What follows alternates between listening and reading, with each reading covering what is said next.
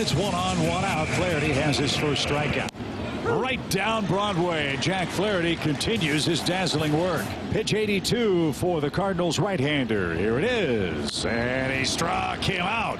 94 down and in. Nothing Cooper could do about that. Courtesy of Chip Carey and Bally Sports Midwest from last night's Cardinals victory.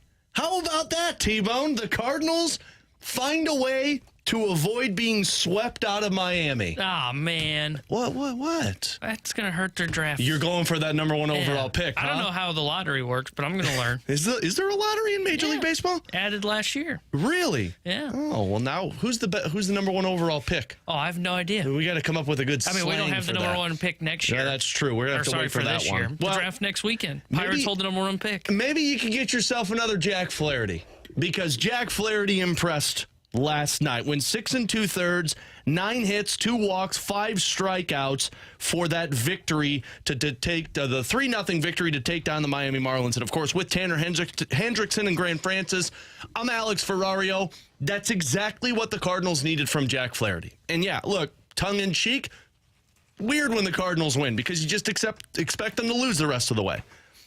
But when Jack Flaherty goes out and performs like that, it does 2 things. One, it gives you a little breathing room for your pitching staff, because that pitching staff is basically beyond exhausted. You're talking about innings from bullpen guys, from some guys in your rotation. It's been a rough go as of late. So that was one side of the cup for Jack Flaherty and for the Cardinals.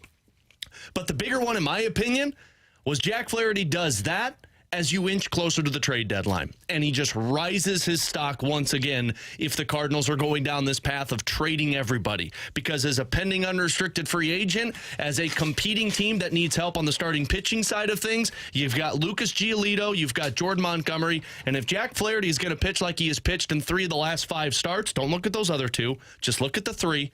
Yeah. That's what teams want, and that rises the return for the Cardinals, which is best case scenario for this team moving to August 1st. Yeah, though I know a lot of people would like to say, hey, that's a great outing for Jack Flaherty. Cardinals get to win. That's the most important part of it. They really needed that. I think the most important part of that last night was it just continues to add to Jack Flaherty's trade stock, as you said, because when you look at him, and yes, 3 of the last 5 no earned runs, the 2 in between were 6 earned runs, you can see there are signs that Jack Flaherty is starting to become more of the guy that you were kind of expecting this year. He's not up to that ace level, but if he becomes, say, 80% of that, then that's a guy that the Cardinals can seriously get a good return from at the MLB trade deadline.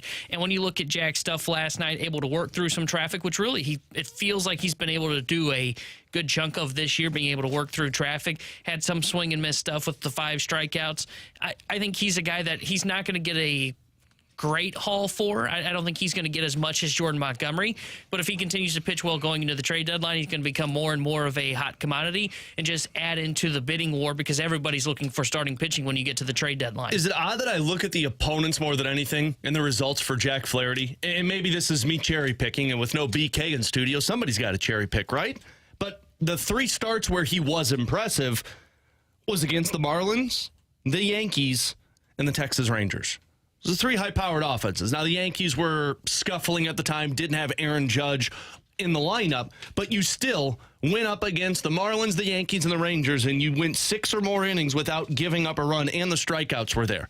The games that you gave up a lot of runs to, the Washington Nationals and the San Francisco Giants. And San Francisco got a good lineup. Washington, no, they don't. And that was a bad game for Jack. So if I'm a team that's on the trade market, I'm going to be looking, of course, you're going to be looking at how he pitches down the stretch, and you're going to be looking at what he's done all season.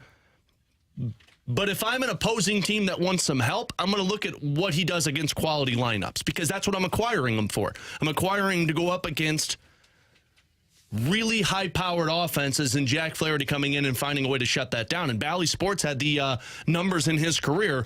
Post-June, Jack Flaherty is a much different pitcher than pre-July. So in that sense, I would start rising him up that chart of impactful pitchers for what he's done against those 3 opponents. Yeah, and he's probably going to get maybe 2-3 more starts before the deadline. It just depends on how the schedule works out and how the Cardinals align their rotation. And if he looks good, it's going to add to the intrigue in Jack Flaherty. And I heard Chip say on the morning show today, as the morning show had the chance to catch up with Chip Carey, the Cardinals broadcaster, that Jack even said last night after the game that, he's feeling more like himself, more like 2019 when he was healthy. And I think you're starting to see some of that to an extent. Like last night, him coming through in the first inning, they said on the broadcast, the first, I think it's 30 pitches. Opponents had like 1,000 OPS, and it looked like Jack was locked in from the get-go last night. So you are starting to see Jack build some confidence, which is important for other teams to see as well.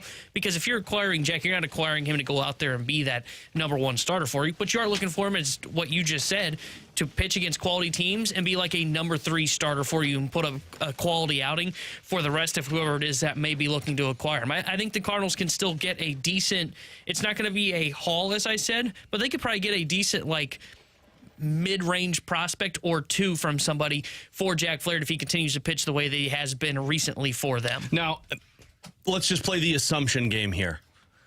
Jack Flaherty, if he's going to get moved, it's going to be, if not on the deadline, as close to the deadline as possible. Yeah, right? Agreed.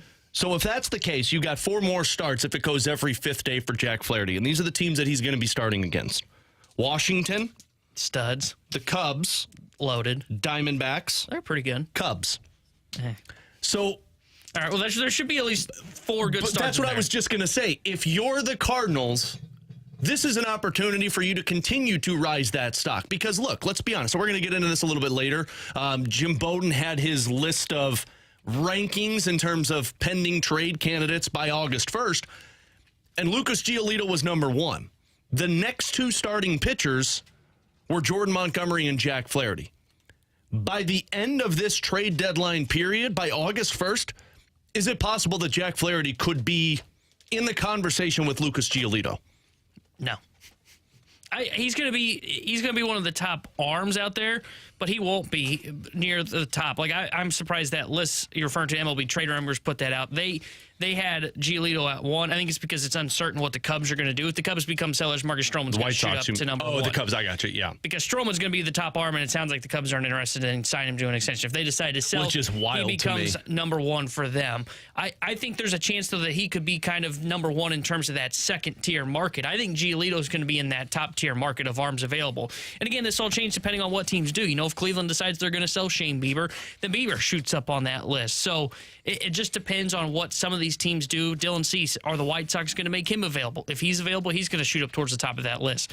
But I do think Jack Flaherty's going to be kind of, I think he's going to be kind of in that Jose Quintana range when you look at what you're trading him for, or Noah Syndergaard. I think that's where you're looking at in terms of where he will rank in terms of where arms are going to be at the deadline. I think Monty's going to be in that top group up there with some of these guys that we're talking about, like a Lucas Giolito. I think Jack kind of falls into that second tier. But that doesn't mean there's not going to be a bidding war for him, because everybody's looking for some quality pitching, and everybody's looking for somebody that can come in and they can look at and go, okay, is Jack better than our 4th or 5th starter right now? Can we have a rotation that has 2 3s with Jack and whoever they have in there right now? He's still going to provide a bidding war, I believe, for the St. Louis Cardinals, for teams looking to get his services at the deadline, but he's not going to jump up at all no matter what happens, I think, in terms of being one of the top arms on the market. If there is going to be a bidding war, the Cardinals need to be involved with it for this individual who's pitching tonight against him. Dylan Cease, you mentioned his name. Unsure if he's going to be on the move from the Chicago White Sox.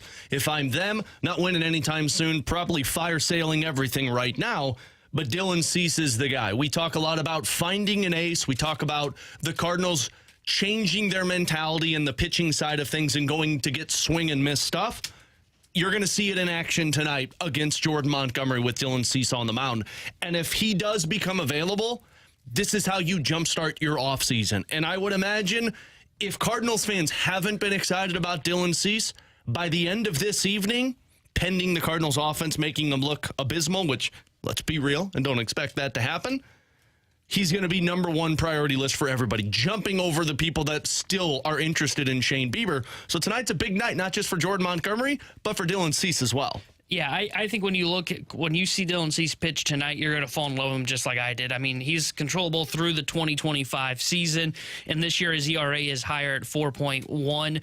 But when you look at him, 10.7 strikeouts per night, he's got the swing and miss stuff that Shane Bieber does not. And he's younger and he's got more control. So he should be one of those arms that if he becomes available, whether it's at the trade deadline or the White Sox end up saying in the offseason, you know what, let's try and maximize our asset return and let's trade Dylan Cease. This is a guy the Cardinals should be interested in. A controllable young starter that's got swing and miss stuff that finished second in the AL Cy Young voting last year. He's someone that the Cardinals should definitely have interest in. Now, will they be willing to meet the price? They should be willing to, but that's where you're getting into the conversation of looking at moving some of this young offensive core that they have, where you're looking at Nolan Gorman, Lars Nootbaar, potentially Brendan Donovan. Even Mason Wynn is going to have to be brought up in that conversation. So it's going to be, if you're going to trade for Dylan Cease, it's going to be one of those where you're probably going to reach that puke point that we've talked about a lot in recent months. Mm-hmm. But to me, Dylan Cease is one of those guys that the Cardinals should be targeting at the deadline. Be sellers, gain assets for some of the pieces that we just talked about, Jack Flaherty, one of them, but also be willing to be buyers and look for someone that's got some control, that's got some swing and miss stuff, and Cease is that guy. We'll get used to it. Get used to getting to a puke point, because that's how you're going to fast track this thing for the Cardinals. And frankly, for me, I'm going to live in this fantasy world that is the Luis Robert also. Maybe he becomes available. That's somebody for the Cardinals. But I'd want to see that big blockbuster trade for this Cardinals team, and Dylan Cease more than likely is going to have to be in the front of that if this Cardinals team wants to revamp this starting rotation. He's Tanner Hendrickson, Grant Francis with us as well. I'm Alex Ferrario. We'll get more into that trade conversation coming up in the 12 o'clock hour. Coming up next, though, we talk a lot about the Blues offense. They do have 2 pending unrestricted free agents going into this season. Which one plays more into the Blues' long-term plans? Kasperi Kapanen or Jakub Vrana? We'll discuss next on 101 ESPN.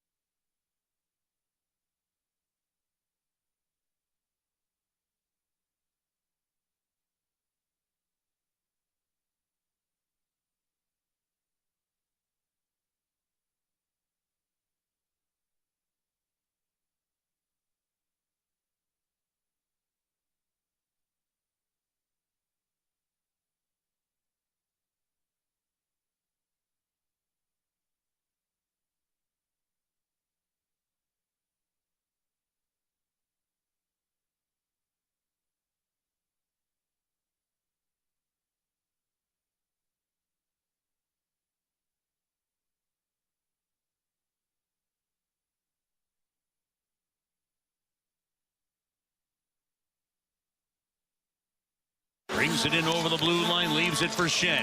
Into Vrana, he scores! Bring out the Zamboni. Overtime.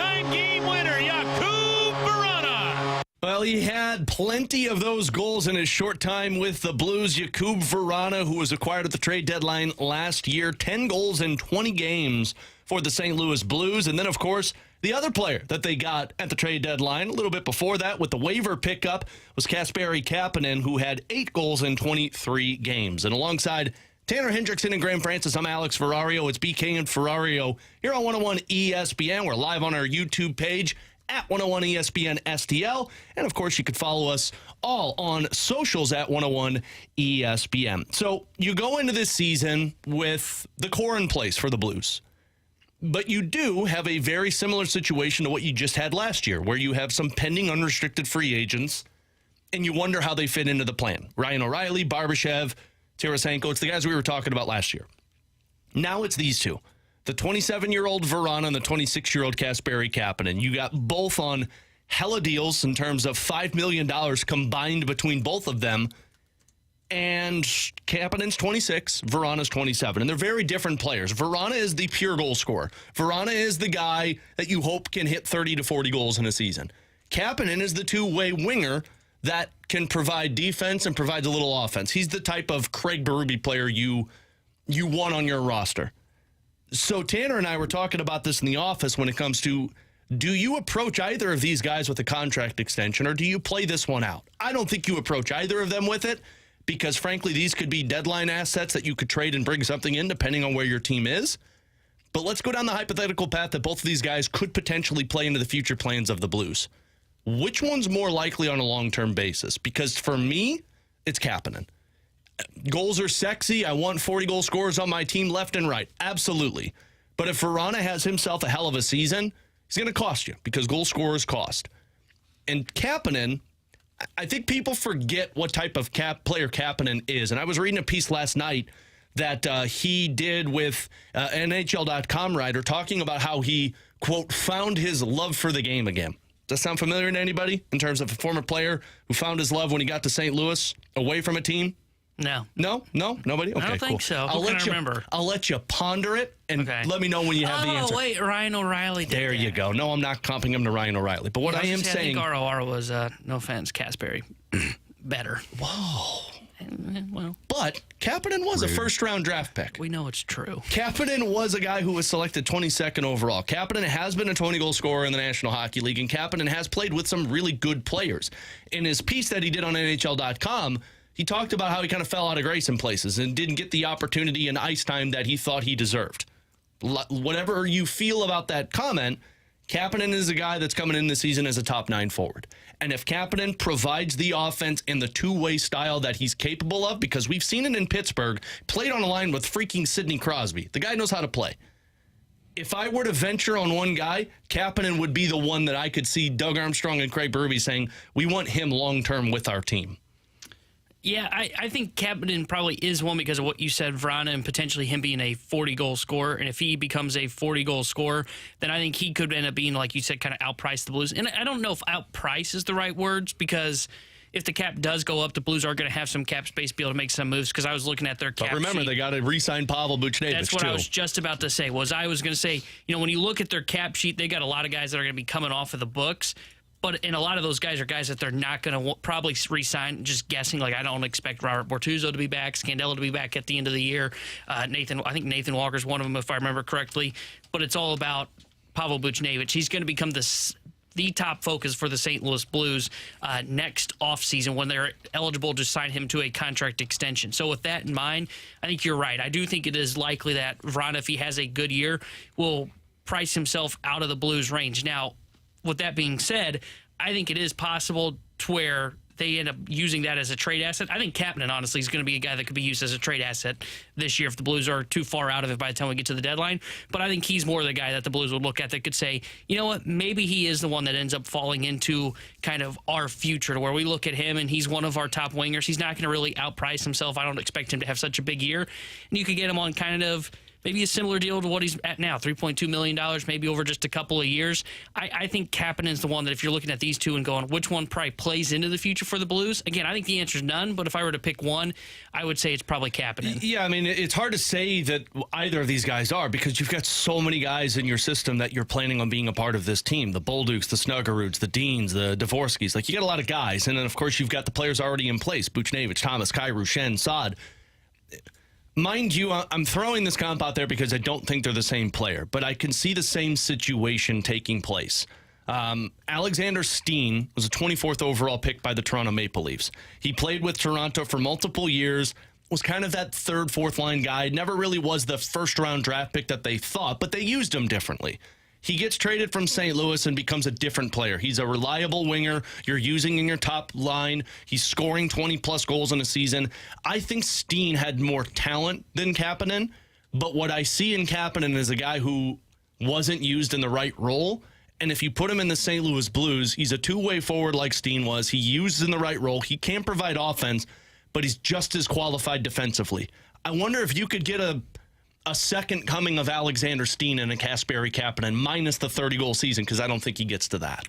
I think you're in the right neighborhood with that mindset because and Kapanen has work to do to become the level of defensive player that Absolutely. Alexander Steen was. Like, you're in the right mindset, though. I think with Vrana, if he has a good season next year, he's going to play his way out of St. Louis. You're not going to be able to re-sign him for the money that he's going to command. I mean, last season in 20 games, he had 10 goals. That's a 41-goal pace in an 82-game season. So if he continues what he did last season with the Blues, there's no chance the Blues are going to be able to afford him. Kapanen can play just as well, but play his style. He's not going to cost as much because if you're not putting up goals like that, the goals will play when it comes to the contract situation. So, I mean, just look at Oscar Sundqvist. Like, how many fans want him back here? And because he plays that, and you're going to get 10 goals from him in the season. And he's not going to cost you much because while he is such a valuable asset to a team, it's not in the realm of production offensively and scoring, which is what gets the big bucks. So there's going to be teams, there always are at the trade deadline, like Carolina last year,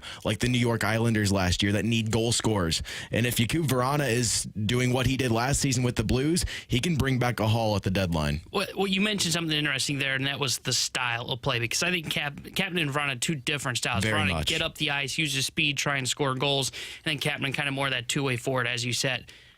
I almost think that Vrana's the guy that then ends up fitting more into the plan of what Doug Armstrong's wanting to build, because what has Doug Armstrong been looking for? Puck movers on the blue line and guys with speed that can get through the neutral zone and are just natural goal scorers. That's why Jordan Kyrou got the big deal when he was signed. The Blues playing kind of that tough, grinded out style of hockey is no more. And Doug Armstrong has made that abundantly clear by the way he's operated ever since that Cup run, honestly. So, that again, I don't think Vrana would be the guy, but I do wonder if they look at Vrana and say maybe he is a part of the future because of that goal scoring, because of that speed. I mean, they didn't make upgrades defensively in the forward group this offseason. They brought in Kevin Hayes, who adds what? Goal scoring. Not so much as a defensive two-way center, but an offensive-minded center that's got some, could be a 20-goal scorer for this team playing on the third or second line, depending on where they decide to put him. So I wonder if Ron is the guy that Doug Armstrong would look at and go, you know what, I really like that speed. This is where the NHL is going. The NHL is going towards goal scoring, not defensive-minded players. And I'm not saying Kapanen's not a offensive-minded player, but there's clearly more upside to Vrana to where you could look at Vrana and, like you said, he could score 30, 40 goals in a season. I look at Kapanen and I go, he probably caps out around like 20. But see, is that what Doug wants? I think so. I mean, I think that's how he's been operating ever since the Cup run. Otherwise, why would you bring in Kevin Hayes? Because Kevin Hayes is 6'5". He's offensive-minded. He's 6'5". He's not any speed for you, and he's going to be playing in a top 9 role. You've got Shen, you've got Buchnevich, you've got Saad. I actually personally look at this and ask the question, what's the attribute that they need at forward right now? Because if you look at the way that they're framed, yeah, you do need speed, because all you've got is Kyrou and Vrana, Kapanen a little bit. You could go to the fourth line and see that Toropchenko's going to bring some speed for you, but you do have some bigger bodies. But I also wonder if that's where they're going back to. I think they tested the waters on the speed and offense, and it didn't work. And now they're going back to the big bodies after you watch. And again, the NHL is a copycat league, right? The NHL looks at teams that have success and say, we need to do that. And you look at what the Florida Panthers just did. They did it with size. They didn't do it with speed. They did it with size. You bring in Kevin Hayes, you're saying, okay, we need some big bodies out here. And neither of these guys are bigger than the other, Kapanen or Vrana. Like, both are around 6 feet, both are less than 200 pounds.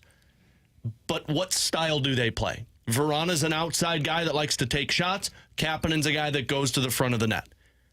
If you look at what they've got in their system, you've got a Bolduc who likes to take a lot of shots. You've got a Snuggerud who has a wicked good shot. You don't have a lot of guys that like to go to the net. And that's where I think the Kapanen thing comes into play here. I think that's fair. I guess my retort to that would be is I think the Kevin Hayes addition was just looking for someone that had term, and it was more on we need more offense from our forwards because we need to outscore our problems and not so much the size. And maybe I'm wrong there because, I mean, when they were locked into Travis Sanheim, it was about bringing in size with Sanheim too. So maybe I'm wrong there, but I just think the way that Doug Armstrong has constructed the team in most recent years, it feels like he's been trying to get to this offensive-minded Edmonton Oilers kind of style of hockey to where it is we're going to play with speed and we're going to try and beat you through the neutral zone with that and puck-moving defensemen. And maybe you're right. Maybe this is the first offseason where they go back and pivot from that and go, okay, we need to get back to kind of our roots, which was size, physical brand of hockey, and that's how we're going to win games. But I still think that there's some of that in Doug Armstrong where it's like, hey, we still want to get back to playing. We want to remain in this modern era of hockey and figure out what went wrong and how do we get better from where we were last year. Because I think he still believes that that's the way the Blues should be going. Yeah. I think it comes down to price, too. It for sure does. Yes. Maybe more of the conversation here, too, to add on to this is kind of that conversation of, is the mindset changing with what direction this team wants to go? Yeah. Because you saw after the Cup run and after, 2020, the bubble, all that, it was offense, offense, offense. Like, it was just, to hell with defense, we'll figure it out. Let's win by scoring. And it worked in 2021, but after that, we've seen what's kind of happened here. And then you saw what Doug Armstrong has tried to do this season with bringing in Kevin Hayes, the size factor, trying to bring in Travis Sanheim, and coincidentally, you're sending out your smallest defenseman in that if it were to go through.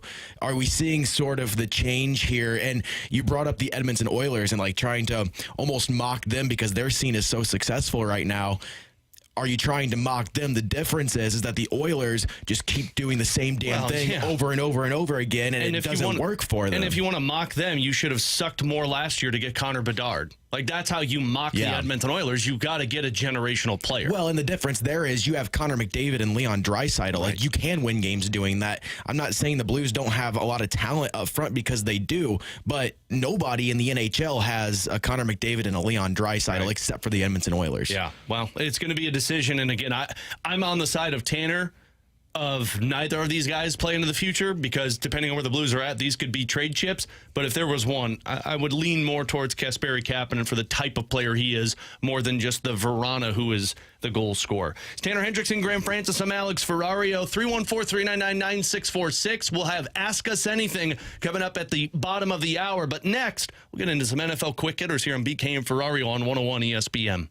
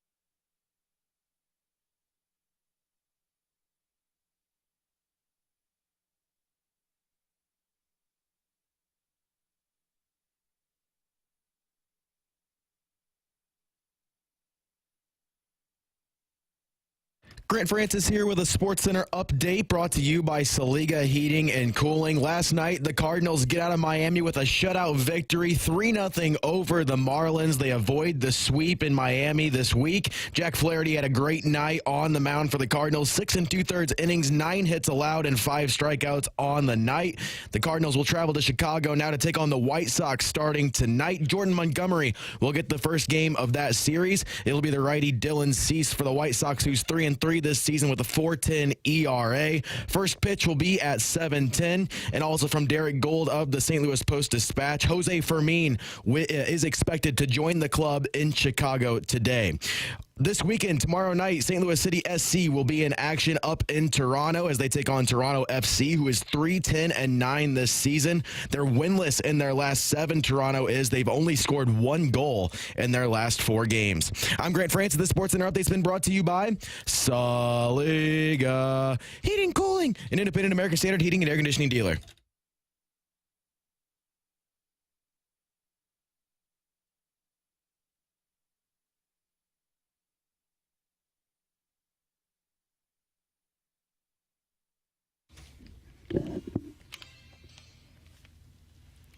Well, we haven't done NFL quick hitters in a while on BK and Ferrario because we've been talking about that great Cardinals team. Man. Don't have time to get to it, you know? It's a miracle we were able to fit it in today, honestly. It's very true with all of this load of information that we have from the Cardinals. Jose Fermin being called up. Man, they found him and they said, get up here in St. Louis. Said, come save our team, Jose. Jose. I think I read something today. There's 62 days until the first NFL kickoff, so that's a little bit exciting, but... Man, my Rams are going to suck, too. Yeah, it's they're going to be a awful. bad year for T-Bone. The storyline that's still around the NFL is teams are waiting to find out where DeAndre Hopkins is going to sign. And we've talked about it on the show. We speculated that the Chiefs, the Bills make a ton of sense. But it seems, at least a report from NBC Sports, is that it's down to the 2 teams that he went and checked out. The Patriots and the Titans. The Titans make sense. The Patriots don't make sense at all. Obviously, this is him following the money because neither of these teams screams Super Bowl contender, with or without DeAndre Hopkins, specifically with. So in this sense, I would lean more towards the Titans because the Patriots just don't. They've got more issues than just adding a star wide receiver to their team. At least the Titans can say, hey, we now replaced our A.J. Brown with DeAndre Hopkins. Yeah, I still think the Titans are the team that he's going to end up going to. I think, look, the Patriots could use him. They don't have a ton of weapons that I look at and go, yeah, that's going to help Mac Jones. But I think the holdup here is both kind of the uncertainty with both quarterbacks. You know, when you look at New England, do they really want to invest in DeAndre Hopkins and give him a ton of money because they don't know what their quarterback situation is going to look like past this season? All the rumors of Mac Jones could be on the move this past offseason, or I guess currently in the offseason. And then you look at the Titans, they probably got to re-sign Ryan Tannehill to restructure money if they're going to get money to bring in DeAndre Hopkins. So I can understand how the Titans talk themselves into it of what you just said. We're replacing A.J. Brown. We thought we had that last year in the rookie they drafted, and it didn't end up working out. He dealt with injuries the whole year, and now they look at it and they go, okay, we can get back to our roots. We're going to run the ball with Derrick Henry. Ryan Tannehill's our quarterback, and we're going to have DeAndre Hopkins as his number 1 target. We've got some supplement pieces that can be there. That's how we ended up being, I think it was the number 1 seed, if I remember 2 years ago. Let's get back to our roots. I think they're the team that's going to ultimately end up with him because I think they're going to try and find a way to throw as much money at him as possible to get him locked up and on a contract. I guess my bigger question for DeAndre would be, why these 2 teams?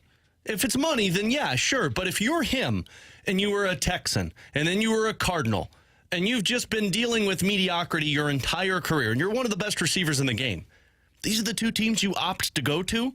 When even if it wasn't the Chiefs or the Bills because they couldn't afford you, the Ravens maybe?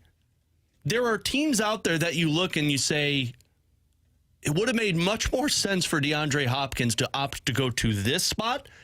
If you want money, that's one thing. But don't you think if you're him, now's the time where you just want those championships next to your name? I don't know, man. I think you just rather have the money? I think money sounds kind of nice, if I'm being honest. What if he could have had both? Well, I don't know if he could have had both, honestly, because I think if he could have had both, he would be on one of those teams. So I think right now, the way he views it, because he made a comment yesterday, you know, I plan to play until I am no longer a 1,000-yard receiver. I think he views it as this isn't going to be my only. Well, I hate to break it stop. to you, DeAndre, but you're not going to be a 1,000-yard receiver being thrown to by Mac Jones in New England. Yeah, that's why I'm feeling it don't make sense. Is he going to retire faster? Yeah. he may like take that backtrack on that comment. Maybe that's the secret, the Mo classic backtrack on what he says. I meant when I'm not a multi-1,000-year or yard receiver. But I think when you look at him, I think it could be one of those where it is. I think he truly believes this isn't going to be his last. What would you call it? Stop destination contract. Yeah. I think he views this as. I can get another big payday on a 2-3 year deal, and then I can then go chase rings because I still think I can be a wide receiver that can play longer. Like, look, if there's one of these two teams, and they're my two choices, I would say the Titans have a more opportunistic front and more opportunity in front of them to win a championship than the Patriots do. But then you get to the other side of it, the coaching. Because on NBC Sports, they did a mailbag and they talked about which coaches, once again, hot seat season, ladies and gentlemen, which coaches are on the hot seat going into this upcoming NFL season. And Mike Vrabel's name was on that list. And frankly, it makes sense that his name is on this list. I don't know how he could be fired because it seems everybody loves him in Tennessee. But you've underperformed season after season after season. They just went through an onslaught of cutting a lot of people from their organization. Is Mike Vrabel going to be the number one guy on the hot seat going into this season, or are there other guys? I don't think so. I think Vrabel's one of those coaches that seems to always get the best out of his players. So I don't think his seat is that hot. I think when you're looking at kind of coaches that are going to be under the hot seat in terms of, hey, they're under the most pressure to win, I think Saleh is the one that jumps up right to the top for me. Look, I think Robert Saleh is a great coach. I think he's a great defensive mind. But you got to win with Aaron Rodgers. You got a limited window there with Aaron Rodgers. Probably 2 years, I would say, is what his window is going to be. Of course, McCarthy in Dallas is going to come up on this list because, let's just be honest, he hasn't won anything in Dallas. And he always feels like he's the one that's in the storylines because he's the one that ends up costing them some games, as we've seen in the past, like in the playoffs. Those would probably be the two guys that I would throw like Staley with the Chargers, too. It's Staley for sure. He has to be on this list, especially with what they've done with the roster over the last couple of seasons where they've added talent after talent after talent, and you're still underperforming. It's got to be him. I think Staley for sure is in the top three as well. I think that's a good one, and I totally just blanked on him. But I think those are the three guys for me. I think everybody else, I don't want to say they're safe because nobody's ever safe because anything can happen. Right, especially in the NFL. I think those are the main three for me, that it is like, hey, you've got to win this season. You have any sort of disappointment, like if the Jets end up say they make the playoffs, but they just kind of back their way in and then they get bounced in the first round, I wouldn't doubt if Robert Saleh is gone and then they look for somebody else. And again, it depends who else is out there because there's probably not going to be a Sean Payton that's available this offseason for everybody to go target. So I would put those three as like the top three where the seat is really warm. What about Harbaugh in Baltimore? Does this seat start to get warm now that you've got Lamar Jackson locked up under contract? I don't think so. I think when you look at Harbaugh, it's been a very successfully run organization since he's been there, and he had success with Joe Flacco. Like, let that speak for itself. He also had Ray Lewis with Joe Flacco, and that helps. And Ed Reed. I don't think there's much pressure on him. I think there's more pressure on the offensive coordinator than there is Harbaugh. I think Harbaugh is too big of a, figure there to where they would look at it. Same as like, I don't think he's on the hot seat, but like Pete Carroll, when they were struggling with Russell Wilson, who did they decide to back? They decided to back Pete Carroll, and they ended up moving on from Russell Wilson. Yeah, that makes sense. Well, and speaking of under pressure, running backs, or I guess teams, we should say, Josh Jacobs, and then who was the other one that we talked about in the office? Saquon Barkley. For some reason, I was thinking Eckler, but he got his money. But you got Barkley and Jacobs who are clamoring for their money if they come into this season to play. Do either of these teams buck up and pay the money to these players? Because we've talked a lot about it. BK hates running backs. I don't hate them as much as he does. But it is very clear around the NFL that these guys aren't getting their money. But if you think of Vegas, and honestly, if you think of the Giants, their team is molded around those two players. Yeah, I think there's a chance because both are on the franchise tag. They've got to sign it. The deadline's in like a week and a half to get this franchise tag signed. I think when you look at those guys, I think Barkley will end up getting a deal done. I'm not sure Jacobs will. If I'm being honest, if I were running those teams, I would just franchise them again next year, and then cut bait and go draft a running back because I kind of side with BK. it's easier to get a cost-effective running back than it is to pay for an older one because we see how quickly it just drops off the table for those guys. You saw the impact for Saquon last year, though. And, I mean, Saquon's always hurt, so that's the scare with it. But, I mean, you saw the impact. Like, Josh Jacobs, I feel like... this would be my counter because I already know where you're going with this. If you have to say, yeah, we were successful because of our running back, Saquon Barkley, you know what you need? You need a quarterback, and you need a better roster. Oh, I'm with you. But that's why I can understand the Saquon thing of paying him because, like, he's kind of the face of that team. The Josh Jacobs thing makes no sense because if you pay him the money, he's injured half the season. And you're using other guys, and you've also brought in Devontae Adams, and now you've got a different quarterback there. Like, you're trying to make three different guys the face of that team, whereas Josh Jacobs doesn't really fit into that role for them. And if you're going to pay him all that money and he's injured half the time, I can understand where Vegas is coming from on that side of it. Yeah, I agree with not doing the Josh Jacobs one. I wouldn't do the Barkley one, but it sounds like ownership is so big on getting a deal done and they want Barkley to finish his career there. You have to. That they're going to do it. It's one of those where if ownership wants it, he's back. And because even if you saw that kind of in the Cardinals. I mean, you've seen where the ownership likes the legacy player and the front office brings back the legacy player. Well, look how long Dallas stuck it out with Ezekiel Elliott, too. Yeah. I mean, it finally got to this season where they cut bait, and they still might bring him back. But the other thing with that, too, is if Saquon is healthy, it makes your team better. And you're right. Like, make a better roster. You need a better quarterback. But that might be the reason why they lock up Saquon, because if Daniel Jones has another bad season, although they just gave him all of his money also, you're going to have to start figuring it out on the quarterback side of things, so at least you have something you can rely on. But again, neither of these guys can stay healthy for you, so it's kind of a moot point at this time. Yeah, and injuries come up with running backs all the time. Like, look at how quickly someone on the text line mentioned Todd Gurley. 314 mentioned you saw the impact of Todd Gurley. Look, Todd Gurley was great when he was healthy, but then when the back end of his career, when he started to deal with the sore knee and the Rams had to kind of do load management, I mean, it was gone in just a blink of the eye. And now Todd Gurley's out of the league, and he's been out for, I think, 2-3 years at this point. So with running backs, it goes quickly. That's why if you have a good running back like the Giants do, not disputing what Saquon Barkley has, but what and Josh Jacobs are, but you can't give these guys the multi-year long-term deals. I think you just play the franchise tag with them. And that's what kind of sucks is the running back position's being kind of really undervalued by the NFL. But you can see constantly year after year after year that there's somebody that's drafted like in the 5th round that can come in. Look at the Chiefs, for example. They just won the Super Bowl with Pacheco at running back, and he was a 7th-round pick. Yeah. So you can get value at the running back position without having to hand out $12, $14 million per year to these guys. Absolutely. He's Tanner Hendrickson, Graham Francis. I'm Alex Ferrario. We've got Ask Us Anything coming up next, so you can send us a text, 314-399-9646 to our Air Comfort Service text line, or you can also post your question on our YouTube live chat on our YouTube channel at 101 ESPN STL. Ask Us Anything next on 101 ESPN.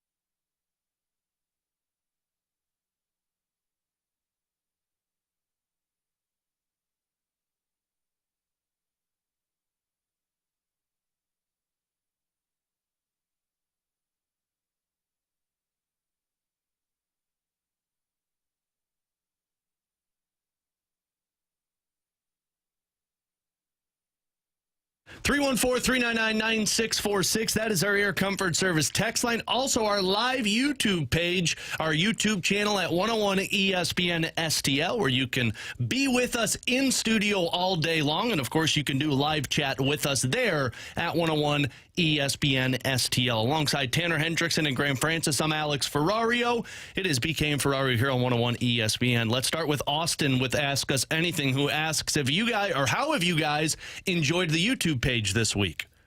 I got to be honest, it's cool because other shows that I follow and other sports hosts that I follow on social media, they do these live YouTube pages, and it's kind of cool to be able to see and the interaction that takes place and just kind of see what they do compared to what we do. So it's nice to have.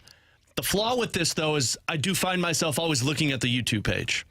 And I don't like that because then it's like how when you just said it, I was looking at the YouTube page. Like I don't like the fact that like while we're having conversation, I always have to like look over at the camera and then look back and then look down at the YouTube page. But that's life. Got to be able to multitask. But I do think it's really cool, and it's nice to bring in a different side of the audience on the YouTube page. Yeah, I like it too because it's different, and it's cool to see the chat room that we've got going on right now. Earlier in the week, we did a poll where we were able to get reaction from you guys. We see you guys chatting amongst yourselves in the chat room, unlike the text line where you're just sending stuff to us. So I find it interesting, and I think I find myself more looking at the YouTube thing itself, not so much because I'm like questioning if it's going to work, because I trust that it's going to be on. I'm not questioning if it's work. I just want to make sure I don't have like a nose booger or something hanging out. That's a good point. You don't need any bats in the cave. I just find myself fascinated by it because I just like to look at like our numbers go up and down and see how many people are watching it and all that. So maybe I shouldn't be saying that, but I really enjoyed the YouTube page and what we've done with it so far. It's gone a lot more flawlessly than I was kind of expecting. Yeah, I didn't know what my expectations were, but it's been great. Once we get BK back, by the way, everybody's sending in questions asking how BK is. BK is fine. He'll be back with us, so nothing's happened there. But once BK gets back, we're gonna have to start. I don't know. I have to start putting like little secret messages in for people to ask us do something, and then one person does it. Like kind of slide things in. We'll try and do that on the YouTube page. You got some time to like brainstorm. Have you ever seen Super Troopers where they bet him to insert the word meow in his sentence? I know. I don't even know why the hell I asked you that question. Grant has probably seen it either. But they don't ask. They bet him to say meow when he's arresting somebody or pulling him over on a traffic stop. And so like while he's talking to him, he's saying meow in the middle of it. So we'll find ways to do that on the YouTube page. Make it interesting. Make more sense, T-Bone? There's something there. I don't plan to do that. Okay, cool. Good stuff. Ask us anything from the 314. Would you invest $250 million over the next 5 years in both Montgomery and Flaherty? $25 million per. Absolutely not. No bleeping way. Let me check their record right now. Yeah, they're not good right now with Jack and Monty in the rotation. Yeah, there's no bleeping way. So, no, I would not. And look, I can understand the argument for re-signing Monty. I get that one 100%. And when we did a poll with you guys earlier in the YouTube page on Wednesday, I think it was. And I think it was 66% of people wanted to see Jordan Montgomery re-signed by the St. Louis Cardinals. I can totally understand the argument to bring back Monty because he's been excellent since he's been acquired by the Cardinals last year's deadline. Look, I was the biggest advocate for Jack Flaherty, though. And I believe what you said was Jack is bleeping back. Yeah. And what I meant was he's just pitching. For now. I can't hear an argument to bring back Jack Flaherty. Yeah. I just can't. He hasn't been effective. The only way they were going to bring him back was if he pitched like an ace, and he's been a number 3 starter right now in a rotation filled with number 3. So right now, I think if they wanted to re-sign Monty, I get it. Jack is a guy that you look to trade and just shake his hand and say thanks for everything you did for the organization, but it's time we go our separate ways. I think the more similar this pitching staff is next season for this season, the worse offseason it is for the Cardinals. Mm-hmm. Like the more different it is, the better the offseason. So yeah, I'd say no on that. If I'm going to invest $50 million over the next 5 years, I'll give it to Shohei Ohtani. Yeah, well, everybody would. Well, I'd rather give it to one guy than two guys. Can I be honest? I wouldn't give it to Ohtani. Well, we know you wouldn't have signed Fernando Tatis Jr. You think Kyle Tucker's not a superstar? Am I wrong on the Tatis one? Yeah, Tatis is a stud when he's healthy and when he's not getting into trouble. Issues off the field. Hey, everybody has issues, man. But no, I wouldn't do the Ohtani one. Not because he's not a great player. Oh, my God, he's awesome.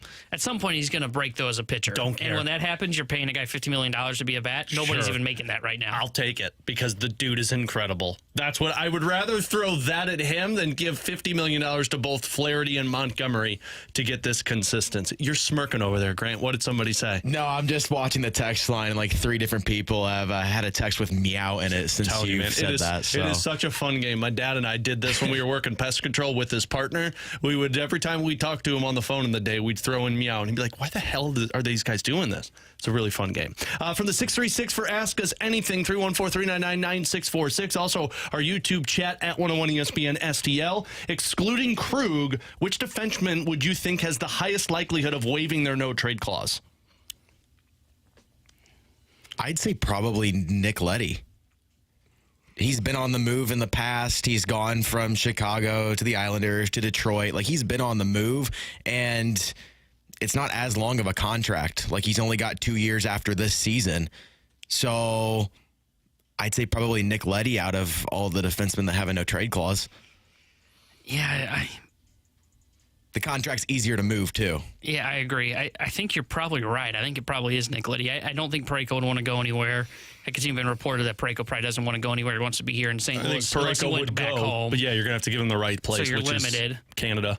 I don't know if any of them would move their no-trade clause. I don't. And I think that's what makes it tough on Doug Armstrong this offseason. Maybe Leddy would have, and maybe it's a different conversation, but I think Leddy's probably the most likely if you're to do it, but it's hard to know without knowing kind of like what those guys got going on at home. I mean, the whole reason it sounds like for Krug wanted to waive, didn't want to move his family. Yeah, and that's totally understandable. He just had a baby boy. It's like, I wouldn't want to be doing that either. So, but I mean, if you're asking this season, I'd say most likely Nick Leddy, but I don't think any. If you're saying over the long term, it'll be Torrey Krug. Agreed. Torrey Krug will waive his no-trade clause. I just think he's not going to Philadelphia, who's a bad team. Plus, he just had a baby. In a year from now, if the Blues are still in the same spot and Torrey Krug wants to win, I would almost guarantee you he'd waive his no-trade clause. The same can be said with Nick Leddy. Nick Leddy has won 1 Stanley Cup. Those guys typically want a taste of it again. So I would believe that it's going to be one of those 2 guys, and I would lean more towards a Torrey Krug. Well, and Torrey Krug hasn't won a Stanley Cup. Nick Leddy has, but Krug was in the final with Boston in 2013 and 19 and never won the Cup. So he's definitely going to be itching for that towards the end of his career. Robert on our YouTube page said, what Blues prospect do you think has the best chance of making the opening day roster, and who would be the odd man out of the current roster? I think we're all on the same page here. Maybe I'm wrong. So if I'm You're probably wrong. Speak openly here. I would say it's probably Zach Dean. You idiot! It would be for. I know that's your answer. I was mostly saying for Grant. Zach Dean, and he would probably replace Alexandrov, who would right now I would say is projected to be the center for the 4th line.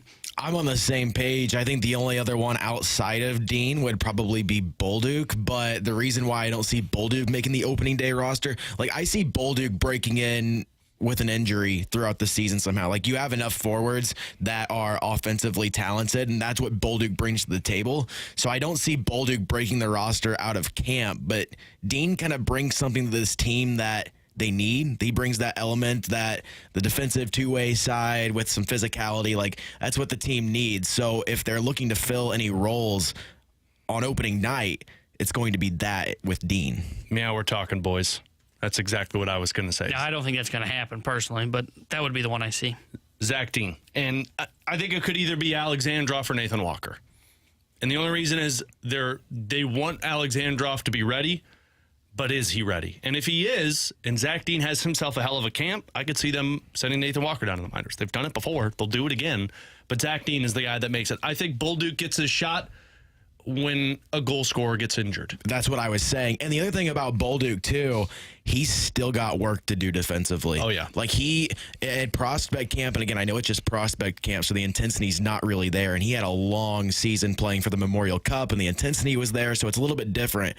But, man, he was floating in and out of plays a lot. The defensive side of the puck just wasn't there. That's not the case with Dean. Yeah, and that will get showcased even more once you hit training camp and you're going up against the Shens and the Hayes and seeing how you perform against them. Graham Francis, Tanner Hendricks, and I'm Alex Ferrario. Coming up next, There is a blueprint that the Cardinals can follow if they're trying to revamp this rotation. We'll give you that team, and if they can follow it this offseason next here on 101 ESPN.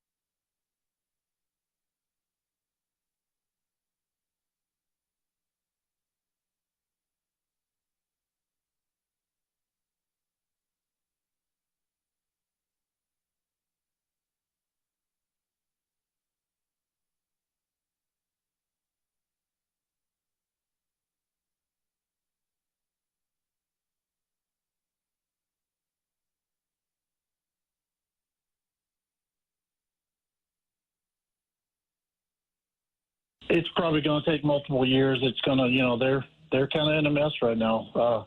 Alex, like you said, there's not a lot of help on the way. They're going to have to spend this all season. They're going to have, people question, whether Mo did enough getting pitching this all season. He's got to have the budget to do that. They've got to be willing to commit to paying big money for pitchers. Pitchers aren't cheap. If you go out and get somebody at the deadline, you're not going to get a total, guy who moves the needle. You're not going to get that guy in an off season. That's going to probably be a free agent, and you've got to spend to get them. You've got to be able to spend to get it. You've got to be willing to give up prospects to get it. You've got to spend the cash to get it. So it's not going to be easy, and it's not going to be a quick process. So that was John Denton, Cardinals MLB.com insider, who was with us yesterday. You can check out that interview that we did on our podcast page, 101ESPN.com, presented by Dobbs Tire and Auto Centers, alongside Tanner Hendrickson and Grant Francis. I'm Alex Ferrario. So we talked a little bit about this yesterday in terms of the process that the Cardinals are going to have to accomplish, and if it's going to take more than just a year, do they take a different path than what we originally thought of them trying to compete for a World Series next year? And look, that's one side of the spectrum. But you look at the offseason, you look at the available players via free agency, you look at some of the names that have been brought up via trade for this upcoming trade deadline. As much as I respect John Denton, I think you can turn this around in an offseason, with the exception of you picking one side. If you're trying to rebuild your minor league system, and then on top of it, you're trying to compete, you're going to be in for a world of hurt because you can't do both. But what you can do is prioritize competing right away. And that's where the blueprint comes into play of the Texas Rangers. And T-Bone, we were talking about this in the office earlier. If the Cardinals are going to emulate another team, it's the Texas Rangers in revamping your rotation. And we've talked about this before with BK, but the Rangers, it took them 2 off seasons. The first off season, they just signed John Gray, and they thought the internal options would help. Kind of similar to what the Cardinals did in terms of acquiring Jordan Montgomery. Thought that it was going to help internally. It hasn't. Now you head into the next offseason. And that next offseason, the Rangers, they signed Jacob deGrom. They signed Jake Odorizzi. They got Andrew Heaney. Who was the other one that they got that I'm completely blanking on right now? Evaldi, thank you. They went out there and they signed 3 guys to add to a rotation. Martin Perez, they traded for him. They revamped that rotation. There's your blueprint. This offseason is the same offseason that the Texas Rangers had all of those players. You've got your aces at the top. You've got guys who can fill out a rotation very strong in 3, 4, 5 spots.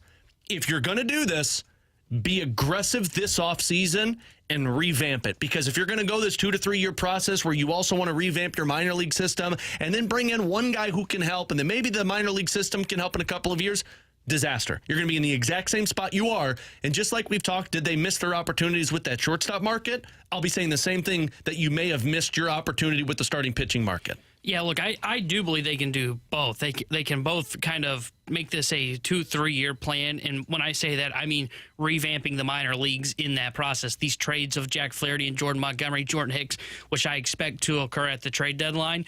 I think you can get some assets in that help kind of revamp the minor league system. And then also, with that in mind, and you're going to have to draft, well, the draft come up this weekend. John Denton said it yesterday with us. I think they are going to go heavy on pitching in the first couple of rounds in this year's MLB draft. Like, that's how you start to revamp, kind of retool the system as a whole, which is definitely in the works and needing to be done. Well, they can also do what we just talked about, which is add to the rotation for next year to where it makes them competitive, can get them to the playoffs. I don't know if you can build a rotation in one off season, like the Cardinals are going to have to do to win a World Series, but they could probably do that in 2 off seasons. Texas looks like a team that's going to be competing for it, and they did it in, 2 off seasons, yes, but I'd argue you did similar to what the Rangers did in their first offseason by acquiring Jordan Montgomery. Yeah, I think, well, the tough part with the Rangers is we all look at this offseason as what they did, because you just read off what they did in their contract signings. It's really been 2 off seasons that they've done this, because they signed John Gray 2 years ago. You could comp the Jordan Montgomery to the John Gray move. But I don't think Montgomery's going to be here, and that's the problem. John Gray was a signing, and he's there for 4 years. Yeah. So I think when you're looking at what the rotation could look like, I think they're building it to be contenders next year, and hope that by the following offseason they can either add to it and supplement that at the big league level to get close to World Series contention, or some of these arms start to graduate and come up to help them. Because though everybody looks at the Texas Rangers and goes, oh, look at that rotation, Heaney, Evaldi, deGrom, even though deGrom's hurt right now, everybody just looks at those guys that are at the major league level. They've got a ton of pitching coming on the way. Don't forget they've got Jack Flaherty, who was a high draft pick. Rockers in their system that's in high A right now. Like, they've got their versions of like Tink Hences that are up on the way, just like the St. Louis Cardinals. So I think when you look at the Cardinals, the way they retool this is they're going to have to find the ace. And I think they're going to look for that. I think Aaron Nola's a guy, maybe Blake Snell, they'll have that conversation about. Maybe they go to the trade market and look for that. Dylan Cease, we just talked about him in the opening segment. Do they jump the market this trade deadline and do some selling and some buying? Or do they wait till the offseason to do that? Maybe Shane Bieber's in this conversation. And then they're going to have to look for some swing and miss from guys on kind of those Heaney, Evaldi deals where they're kind of 1-2 years. Maybe there's an option involved in it. And look, it is going to be one of those like massive swings where it could really hit, and it could be a great signing like Evaldi, who's been one of the best pitchers in baseball this season, or it could be pretty bad, and it could be a guy that's got like a 5 ERA, walks a ton of guys, and you look at it and go, oh, did we really give that guy $16 million a year? It's just the risk that's going to occur this offseason with the way they're going to build this rotation, and I've got some names that I think you should have some interest in, kind of keep an eye on for them to look at. James Paxton, who's dealt with injuries in the past, but the upside this year with the Boston Red Sox, 9 starts, 11 strikeouts per 9, ERA of 2.7. When he's right, he's been good. If he's unhealthy and he's hurt, which has been the last 3 years, he's not as effective. That's a Carlos Rodon signing to me that I don't want to take a chance on. But again, this is the part where you got to get uncomfortable. Like, if we're just going to say, oh, well, I'm looking for a healthy pitcher. Uncomfortable in price, not uncomfortable in is he going to be available for me on the length of his contract? See, I'm not concerned about either or, because you know what he's probably going to get? 2-year deal. and I can get out of that. But that's 2 2 years that I potentially couldn't have him, and you're going to have to pay probably somewhere between $12 to $15 million. But if we're going to operate that way, you're not going to end up with a rotation you like next offseason. Maybe. You're not going to ever have a rotation you like, if I'm being completely honest. Maybe, but I wouldn't be identifying guys who have been injured for the last 3 seasons. I look at him and I say that he's the kind of guy they've got to take a risk on. Another one that I would look at, and he's a guy that's dealt with injuries in the past, not so much in terms of he hasn't been so injured where he had like 6 starts in a 3-year span, but it's a guy that hasn't started 30 games in his entire career since 2015. That was the last time he did it, and that was his 3rd year in the big leagues. Alex Wood with the San Francisco Giants. Left-hander, about 9 strikeouts per 9. When it's right, like it was in 2021, he went 10-4 with a 3.83 ERA and covered 138 2/3. When it's not been right, last year 5.10 ERA, this year a 5.20 ERA. These are the kind of guys, and I haven't even looked at the text, I'm almost afraid to. These are the kind of guys that I think you look at and you go, these are those 1-2 year deals that basically what Texas gambled on with Nathan Eovaldi, because that deal could have gone south for them. Same with Andrew Heaney. Those kind of deals could have gone south for them. But what did they do? They said, let's go a quote-unquote small investment, 1-2 year deal with these guys, and let's gamble on that upside and that swing and miss. And that's what I think these guys, and I'm just throwing these guys as placeholders right now, but I think these are the kind of deals that the St. Louis Cardinals are going to have to look at this offseason, along with searching for that ace. For me, I think you got to be looking at guys that I'm not worried have the injury history. And I understand what you mean by you're going to have to get uncomfortable in that sense of it. But a guy like Lucas Giolito, who has had his injuries, but he's been healthy over the last couple of years, that's who I'm thinking of. I'm thinking of guys, and this is the part that I'm unsure of for the Cardinals. You have to evaluate the talent that you're making the right decision. When you talk about a John Gray or when you talk about a Nathan Eovaldi, you talk about guys who have pitched for teams recently, but have not been good. You're taking a chance on, well, we can fix that individual. That's what I want to see the Cardinals if you're going to get aggressive and get to that uncomfortable point. That's where you got to get uncomfortable. You're finding guys that you might not have been able to see how they actually were competent to be in your bullpen, but you bring them in and you say, yeah, we knew that we could fix that individual. There's a path to start this in terms of you might be able to find your ace or find the guy that's a 3 in your rotation via trade at the deadline. Maybe it's Dylan Cease. Maybe it's one of these younger arms in Seattle. That's how you jumpstart this, to where you can make a trade to bring something in, and then you're also trading assets away for pieces that are future pieces. Then you go into the free agency and say, great, we've got Dylan Cease, Miles Mikolas, fill in the rest. We've got Miles Mikolas, Seattle Mariners young pitcher, let's fill in the rest. Then you can plug away and say, let's go get the Aaron Nola, or let's go get the Lucas Giolito, or let's go get a certain pitcher that we feel like we can get the best out of. But that's the other point of this. Look at the money that those guys got. You were talking 2 years, $17 million per year for Eovaldi. You're talking 2 years, about $12.5 million for Andrew Heaney, and then John Gray was what, 4 years and 56, I believe. 56 total out of those 4 years. You're going to have to pay all of these guys. And that's the part that I'm just uncertain with the Cardinals. See, I'm not so concerned about the Heaney and Eovaldi one because I think they will do that because they were, remember, I think they were in on Quintana and they didn't bring him back. What did Quintana sign for? 2 by 26. I think you knew that with that's the Mets, that's he was going to get a rotation. I think those deals they'll do.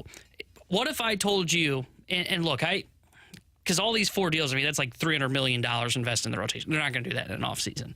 I don't think. Maybe the model really changed. Open up that changed. DeWallet, baby. They should open up the DeWallet because the DeWallet's been closed and the dust has been piling up on it, and as we can see, it's not working. It's cobwebs. There's bats flying out of that bad boy. Yeah, so what if I told you, and let's say this was the rotation they go with going into next year. Let's say they determine Matz is not a starter, and they say, you know what, let's eat that. Let's say he's going to end up being a bullpen arm for us.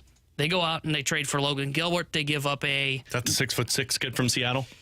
Or is that a different one from Seattle? I believe it's him. I don't know how tall he is. I just know he's one of those that's like in Seattle they've been connected to. Yeah, that's the 6'6" kid. Logan Gilbert, who's got 4 more years of control after this year. He starts arbitration next year. See if he can play Blues defense in the offseason. They trade for him. They give up, let's say, Nolan Gorman's the guy they give up for him. They go out and they sign the ace in free agency and do the DeGrom type deal. I'm not saying 5 by 185 for this, but they do a DeGrom type deal and they sign Aaron Nola.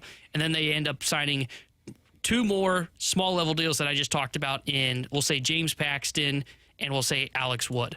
And that's the rotation going into next year of Miles Michaelis, Aaron Nola, Logan Gilbert, and then Alex Wood and James Paxton. Well, that's cute. That is very cute. Thanks, Mo. I like Mo's on Mo board. doesn't think that's a good idea. That was sarcasm. So here's the thing. And I'm not even talking about the 4 or 5 names. It could be anybody if it's not Paxton. That's a great offseason, in my opinion. And that's how you jumpstart it, because you've identified your ace. You know you've got Michaelis, and then you also have the young pitcher that you're putting in place. And let's say they don't even sign two of those 2-year deals I just talked about, which is what I think Wood and Paxton would get. Say they just do one and they end up saying Matz is back in the rotation. He pitched well when he returns to the rotation, which he's going to do on Sunday.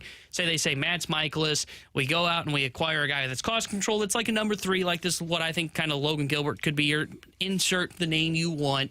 They go out and sign the ace that you want. Say it's Aaron Nola, maybe it's Blake Snell. And then they go out there and they say, let's get one more guy that's on a 1-year, 2-year deal. Got some upside like James Paxton. Yeah, because you know what you're doing with that?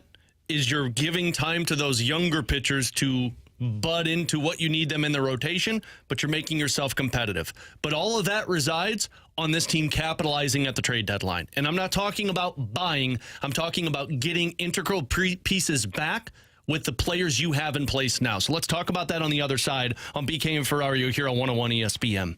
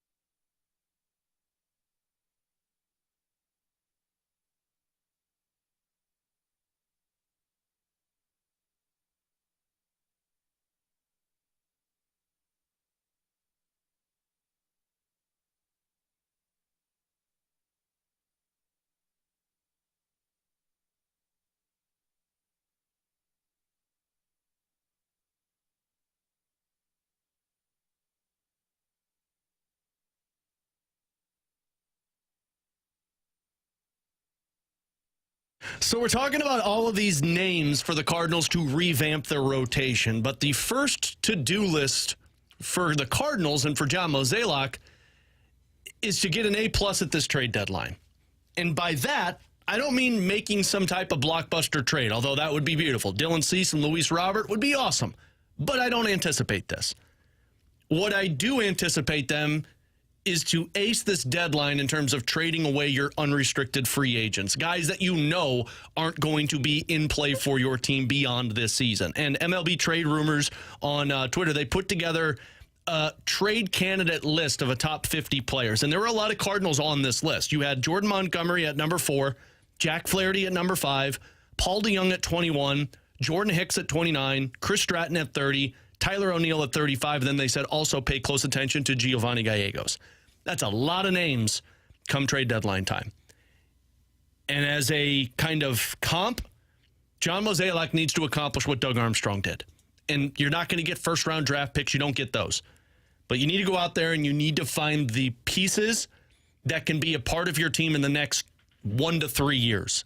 Or make a big enough deal to bring in something that is going to be a part of that rotation next season. If you don't ace this trade deadline and pieces that you have in place that you have identified as not being a part of your roster beyond this season, you failed in my book, because then you're just continuing to keep these pieces that you have no place for on your roster. Yeah, I agree with you. I think this deadline for John Mozeliak, and he's in a tough spot, I think, because unlike Army, and look, I can understand if you wanted to claim Army was buying and selling by acquiring Vrana on the 50%.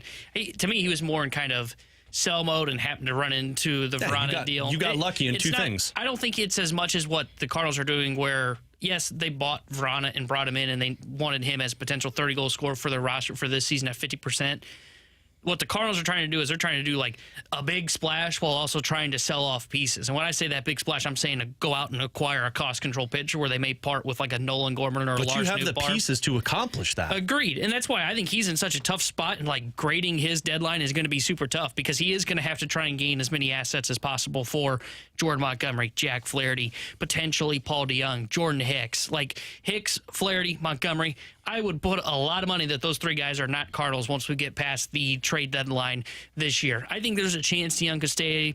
Maybe they don't get the interest they like for Chris Stratton. Tyler O'Neill, I just don't know what the market will be since he hasn't played a lot. But use these assets to gain, whether it is, and I know people aren't going to like to hear this because I've seen this a lot in the text line in the recent days, acquire some prospects that can help kind of supplement the pitching down in the minor leagues, and also maybe bring in some position players to help supplement it. Because outside of Mason Wynn and Ivan Herrera, who are some of the top prospects at AAA, right now you got Victor Scott in AA, and then it's kind of just blank right now. Like, it doesn't feel like it. Maybe there's somebody that I'm forgetting. It doesn't feel like there's a lot of other highly touted prospects in terms of bats that are down in the system. So Wynn getting ready to graduate probably here at the end of the deadline or here next season. So they got to supplement their minor league system through some of these trades. And even in some of these trades, like let's use Montgomery, for example. I don't know where you send him, but maybe you send him to X team. You acquire maybe a minor league pitcher that you think's got some upside that's like in high A or AA, and maybe you acquire a reliever that's either on the fringe or a guy that's got like a high ERA, but you go, we can tinker with that. We can make him a reliever for us next year, and he's got control. Like, those are the kind of moves they're going to have to make, and that's why, to your point, they're going to have to ace this deadline, because this deadline is super important for the St. Louis Cardinals because they're in that tough spot of having to sell for the first time in a long time, to where they've got to get assets to help them both help them retool, so in like 3 years they don't run into the same issues that they're at now where they have no pitching in the pipeline that is ready to go. But also maybe it is gain some assets that can help be flipped later on, whether it be next year or in 2 years, to help acquire the pieces you're looking for. This is a unbelievably important trade deadline for John Mozeliak.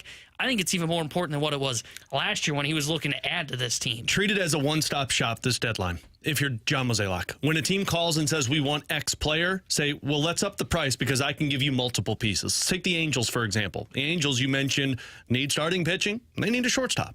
They call and say, we kind of want Jack Flaherty. Great. What if I add in Jordan Hicks and Paul DeJong for one of your top arms in the minor league system? Or let's say a team really wants Jordan Hicks, but they're also light on the starting pitching market. Guess what? I've got Jordan Hicks, Chris Stratton, and Jordan Montgomery for you, but you're going to have to pay the price.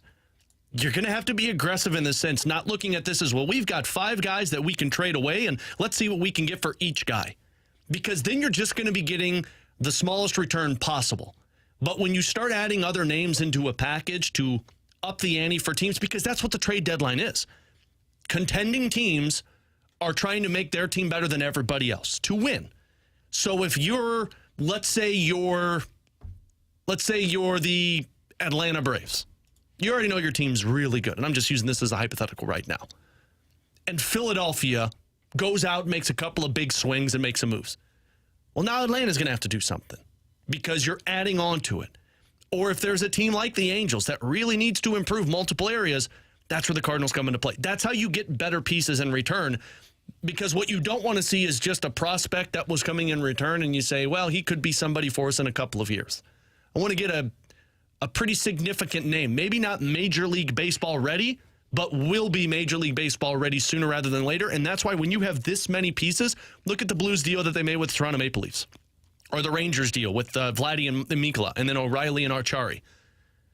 Team wants one player, and you say, I'll throw in another as long as you can give me this. That's where John Mozeliak needs to accomplish this feat. Yeah, and I'm not even so worried about what the timeline looks like for the prospect that you're acquiring. As long as the prospect that you get, you think has a very high ceiling for you, and you're not saying, let's go out and acquire X amount of guys and that we think are super close, because then you may be reaching for guys that you think are close to major league level talent, but they could just be like solid players. They need to be shooting for the moon. And I'm not saying when they go to trade Montgomery, they're going to target the number one prospect in every system. But that's where the negotiation starts, and then you start to work your way down until you get to that point of, okay, this is the last guy that we're saying we have to acquire because we think this guy's arm can be an ace for us in whether it's 2025, 2026. And I see a lot of people text in, well, if you're going to do that, why would you not trade Paul Goldschmidt? No, you're not trading Goldschmidt because then you're punting on next year. We're not punting on next year. We're just punting on this year and supplementing the minors and fixing the rotation for next year to get back to being competitive in the NL Central and in Major League Baseball as a whole. Quality over quantity. You treat this quality over quantity. I don't want to come away and hear somebody talk about how we've got 7 guys for 4 pieces that we traded away. I want to hear names that mean something via trade deadline. Do you also think that it's important, and I know it's very different hockey to baseball, but since we're confident here, like Doug Armstrong was active early before any other GM was active, and I know that doesn't happen as much in baseball, but relative to when things do start going for the trade deadline in baseball, do you think it's important for John Mozeliak to be one of the first people to get things moving at this deadline? I think as soon as you start to see that first, like we already saw Aroldis Chapman get traded, and I thought that might have been maybe the first domino and other teams jump in, but obviously not. Once that first domino falls, whether it's Giolito or Dylan Cease or something like that, Mo needs to be the next move that's made, because if you wait too long, teams get what they want. And if you get too greedy, this is the part with the negotiation that T-Bone was talking about. If you get too greedy, then teams walk away from it and go elsewhere to get what they want. And now you're left standing with nothing and these pieces that you're just going to lose for nothing. See, I don't think he necessarily has to jump the market, because I think at some point somebody's going to come to you and go, we lost out on whoever it is. I mean, you just mentioned Dylan Cease. Maybe everybody bids and the White Sox start to say, well, we're not going to sell him. And then finally they get blown away with an offer. Well, all of a sudden, the top pitcher on the board's gone. Maybe Giolito's been moved. And all of a sudden, all the teams that are left without a dance partner go, hey, St. Louis, we'll give you Jordan Montgomery. Well, we got this offer right here. You're going to have to raise your price. And that's where that bidding war begins, because I don't think a lot of people are going to target Montgomery as number one. I think you're going to get the bidding war starting once the top pitcher is off the market. So I think, I'm not saying you hold on all the way up to the deadline, but to your point, when that top arm goes, that's when I think the bidding war really starts. And I think the main reason we haven't seen anything happen yet, I think we're really going to see conversations start to pick up after the All-Star break. Yeah. It's because all these GMs are concerned about the draft right now. Yeah. After that, it's going to become, okay, now we've got some teams, you've got like a week to figure out if you're going to be buyers or sellers, like the Cubs, for example. They've got to figure out what they're doing. Then you're going to see all these conversations start to come. And I think you're going to start to see a lot of teams get connected to the teams you see that get connected to Giolito are the teams that are also probably going to be connected to Montgomery, would be my guess. Well, one other thing you mentioned, you mentioned Paul DeJong not thinking that he could get moved. And that might be a surprise to some people. So what do you mean by that, T-Bone? in terms of Paul DeJong not being moved at the deadline? I think when you look at Paul DeJong, I think they're going to listen on him, but I think when you look at him, he's got the club option, or I think club option for next year. $11 million, isn't it? Yeah, or something along those $13 million, I believe. When you look at Paul DeJong, it's been a bounce back year, and maybe you decide to sell high on him. But you have to determine how close is Mason Wynn and what is Tommy Edman's future with the Cardinals. So, like, trade away Paul DeJong to create a spot for Mason Wynn. Yeah, because those are the two spots that you're looking at in terms of these guys are our shortstops. It's Paul DeJong, Tommy Edman. If you think Tommy Edman's going to be the center fielder for you next year, then you really have to ask yourself, okay, is Mason Wynn going to be ready for next year? Because if you don't think so, and look, Mason Wynn's been good in AAA, but he hasn't been, like, overwhelming. Like, I was looking at his numbers last night. He's not hitting for really any power. He's hitting 263, 335 on base, 388 slug, 723 OPS. He may not be ready for the big leagues next year. And if that's the case, if you pick up Paul DeJong's option, I know a lot of people don't want to hear that.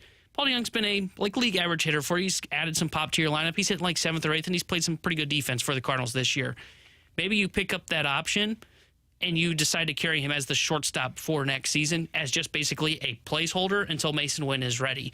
And I think that's going to be the conversation around Paul DeJong this trade deadline. And honestly, this offseason is how close is Mason Wynn? Can he be up here with the Major League team next year? Because Wynn's not going to be up to be a bench guy for him. He's not going to be a guy that he's going to be playing like Jordan Walker. Yeah, he's going to be playing like Jordan Walker, playing every single day. And if you don't think he's ready, you've got the perfect spot where you can just pick up Paul DeJong's option and have him be that guy that plays shortstop for one more year before you shake his hand and go, thank you, Paul. Now we're going to hand things off to Mason Wynn. I'm not trading him at the deadline for that reason, but I'm listening in the offseason. Because as soon as the deadline is over and I've made it clear that I'm selling and this season is a loss, Mason Wynn's starting almost every other day at shortstop the rest of the season. Maybe he's not ready for it. Maybe he still needs some grooming. Don't care. Get some reps. And then by the offseason, if it doesn't seem like you're ready for that, then yeah, maybe you need Paul DeJong at that spot. For $11 or $13 million, though, I need to be spending that money elsewhere. So that's going to really come down to what the intrigue is at the deadline and then rediscuss in the offseason and see how Mason Wynn adapted to Major League Baseball if you get to that point. He's Tanner Hendrickson. I'm Alex Ferrario. Coming up next, there has been some discussion that Wilson Contreras is trending towards a bust. Specifically, Jason Stark had him as the LVP so far this season in the National League. We'll discuss that.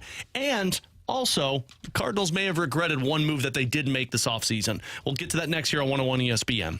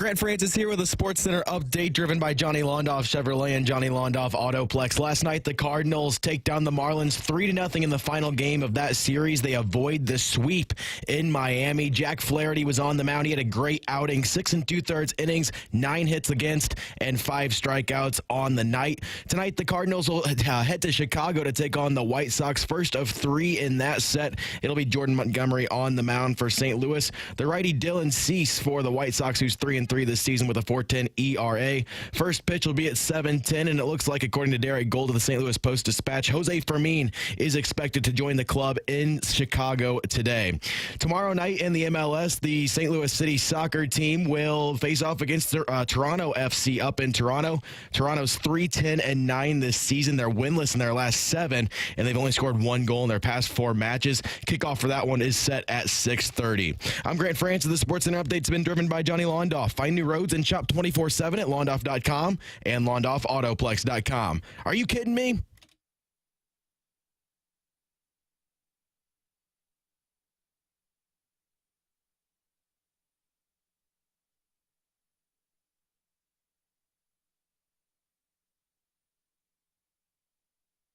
Alongside Tanner Hendrickson and Graham Francis, I'm Alex Ferrario. It's BK and Ferrario here on 101 ESPN. We are live on our YouTube channel at 101 ESPN STL. You can also text us 314-399-9646 on our Air Comfort Service text line. We'll get to the junk drawer on the other side. But is Wilson Contreras already trending towards a bust?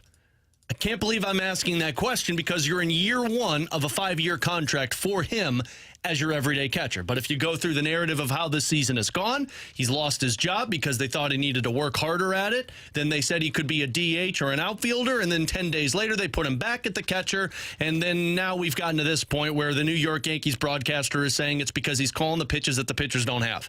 It's not been pretty in his first year. It's basically Days of Our Lives, St. Louis version for Wilson Contreras. But then you get Jason Stark, who we love Jason Stark here on BK and Ferrario on The Athletic, who did his mid-season commissioner awards, AL, NL, MVP, Defensive Players of the Year so far. But he also added in the LVP, the most valuable losing player of the league. And he picked Wilson Contreras in the National League. This was from his piece. Setting aside the last few days, he's mostly gotten worse, not better as a hitter as he settled into the season. From the start of May through July 4th, he's hit .201 with a .296, .386 slash line. That's the 5th worst average in the sport among men who have gotten as much playing time as he has. He's been overmatched by velocity, a .159 batting average against four-seam flat fastballs with a .246 slug. He hasn't hit when they've needed him to, .164 in high leverage situations, .193 with men on base. He hasn't even hit when they've given him the day off behind the plate, 15 for 72 with 1 homer as a DH or a pinch hitter. So the numbers don't look great for Wilson Contreras. The pitching hasn't looked great for Wilson Contreras. Are you guys at the point that Jason Stark is, that some people on the text line are, that Wilson Contreras is already a bust of a signing? I'm not there just yet, but it isn't trending in the right direction because I look at Wilson Contreras, and though you just read off all those numbers and he's got a 99 OPS plus, which is 1% below league average, like all the underlying numbers are telling you he's kind of running into bad luck. And I get it. Like, we're in July. At some point, you've got to admit, like, it's just a bad year. But, I mean, everything, like his baseball savant page is red. Max exit velocity, 99th percentile. Hard hit percentage, 74th percentile. Expected slug, 76th percentile. Like, I think he's run into some bad luck. So I don't look so much at the offensive side of his game. Yes, they need him to be better. Yes, he is a part of the problem. He's not the biggest problem when you look at why the Cardinals have had their losing season right now, but he is a part of it. The more worrisome thing is what you just read about the drama that went on with him behind the plate, and if the Cardinals view him as an everyday catcher. But I think the Cardinals have committed to him, so they're going to ultimately stick with him behind the plate every day. And yes, they're going to go with the DH and kind of give him more time off of his feet than they did with like Yachty last year and keep him in the lineup more.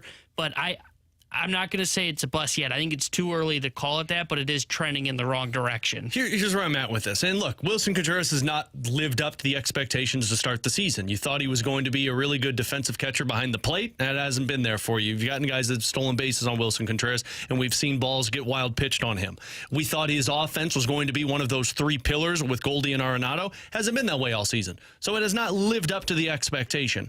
But if we're going to single out certain areas of Wilson Contreras and say, well, he hasn't been good in this spot, he hasn't been good in this spot, I can pick out about 7 other guys who haven't been good at that spot, specifically with runners in scoring position, specifically when you talk about how they've gone up against certain pitches. Like, this entire offense has been inconsistent this season. You're just now getting Nolan Arenado at his best. Paul Goldschmidt had his cold spell. You lost a couple of players. You lost Nolan Gorman for 2 months. Now, I understand that some of those guys have a better track record and some of those guys are younger players, but this whole season has been a catastrophe. And to sit there and single out the one guy and say, well, he has been the biggest bust so far, I'm just not there yet, because you've got more years of Wilson Contreras under your belt. And just like we saw with Nolan Arenado in his first year, just like we've seen with plenty of guys in their first year on a new team, specifically here in St. Louis, whether it's the Blues or the Cardinals, the first year can be a lot more challenging than what people give credit to. The next season, remember, Nolan Arenado, that next season was unstoppable in the National League. Yeah, look, I'm not calling the contract a bust, but I do agree with Jason Stark that he is the LVP, the least valuable player right now, because he has not lived up to expectations. I mean, he was supposed to be the third bat for this lineup, and look, he kind of has been that. There's been spurts where he's been that for a big chunk of the season. He has not, and they've been kind of searching for that. But I think it's too soon to call this contract a bust. And I've seen on the text line, people saying the Cardinals should have traded for Sean Murphy in the offseason rather than signing Wilson Contreras. Look, whether you want to agree on that or not, I think Wilson Contreras was the guy that they were looking for, and I think I think they had too high of expectations possibly for what he would be behind the plate defensively, because I think his bat's going to get there. I'm not concerned about his bat. The bat is going to be what the back of the baseball card says every single season. Yeah, the defense is the one that I think the Cardinals, and I think they've kind of realized this now. Look, he's going to be great at throwing out runners. He's been awesome at that this year. Framing's going to be not great, 35th percentile when you look at that on Baseball Savant. And him calling game, it's just not going to be the same as Yadier Molina. And you can view that as good or bad, but I think that was where the big miscommunication came from, was they just expected to be like, oh, we bring in Wilson, he said he's going to have great work ethic. Yeah, he's going to be what Yadier Molina was behind the plate. And it was just clearly that was place Yadier Molina. Yeah, but they chose that. Like, agreed. Sean Murphy was the – look, take aside what number Sean Murphy is putting up right now. He's having a great year with Atlanta, but you don't know if that was going to happen here in St. Louis. He was the defensive player that you wanted to fill the shoes of Yadier Molina. And then you had the offensive side of it. It was the same conversation we were having with the Toronto Blue Jays. If you go Danny Jansen or if you go Alejandro Kirk. You had the offensive guy and you had the defensive guy. They chose the offense because they didn't have to give up the assets that were required to trade for Sean Murphy. And since then, we've heard Derek Gould's report that it was probably going to be Gorman, Donovan, Nootbaar, 2 of those 3. Maybe all 3. So, yeah, that was a pretty steep cost for a team that needed more offense. That was the one thing that they struggled with in the last 2 seasons when it came to playoffs. You had no offense, and you brought in a guy who provided that offense. That has been the least valuable player. But to sit here and say that the Sean Murphy trade was a bust on their end and they should have found a way to make that trade, I just wholeheartedly disagree, because then you're spending the money that you spent on Wilson Contreras for a starting pitcher in that free agency. And none of those starting pitchers made us excited. Carlos Rodon was BK's guy. He might not pitch this year. Beyond that, nobody made you that excited. But now what you have is you spend money on Wilson Contreras that is probably around average amount of money that was required to spend, because certain guys get a lot more money on the free agent market. But now you have the assets that you would have had to trade to get Sean Murphy to fill the spot that you are desperate in right now in starting pitching. So I don't look at that offseason as a bad move by John Mozeliak. I look at it, you chose one path. It hasn't worked out yet for you, but you're banking on that offense to be a pivotal part of this Cardinals team for the next 5 years. Yeah, and we've talked about these offensive core pieces. Look, now we've been talking about them being moved out to go get a cost control player. But if the Cardinals rotation had been kind of similar to what it was last year in terms of Michaelis was having another phenomenal year. Jack Flaherty bounces back. He's healthy. You get the first, whatever it was, 6-7 months of Adam Wainwright, and September was just a mirage, and he was dealing with, I don't remember what it was, that comebacker that hit him in the shin at that time. Then you're talking about a team that has the offense that they do now, a pitching staff that's been solid enough for you to where they could be a competitive team, and you have that young offensive core nucleus to where you could go buy at the deadline to go get somebody or in the offseason rather than spending it on Sean Murphy. And again, it didn't pan out. I don't think this team would be much better if they had Sean Murphy. No, I don't either. And honestly, they may even be in a worse spot because of what you said. They would have already gotten rid of one of these core pieces like Lars Nootbaar or Brendan Donovan, and then you don't have that asset to go and acquire starting pitching that you clearly need. Let's be honest, Sean Murphy's not making this pitching staff any better. No. It's not like he's providing a better track record behind the plate of making your pitchers better. Atlanta, if you look at that and say, well, look at their ERA. Yeah, because they've got better pitchers than you. And we'll get into this in a little bit later in the 1 o'clock hour. Like, this might be more on the pitching coach and the pitcher side of things than worrying about Wilson Contreras behind the plate. Has he been great? No. We've seen a lot of passed balls get by Wilson Contreras and a lot of extra bases.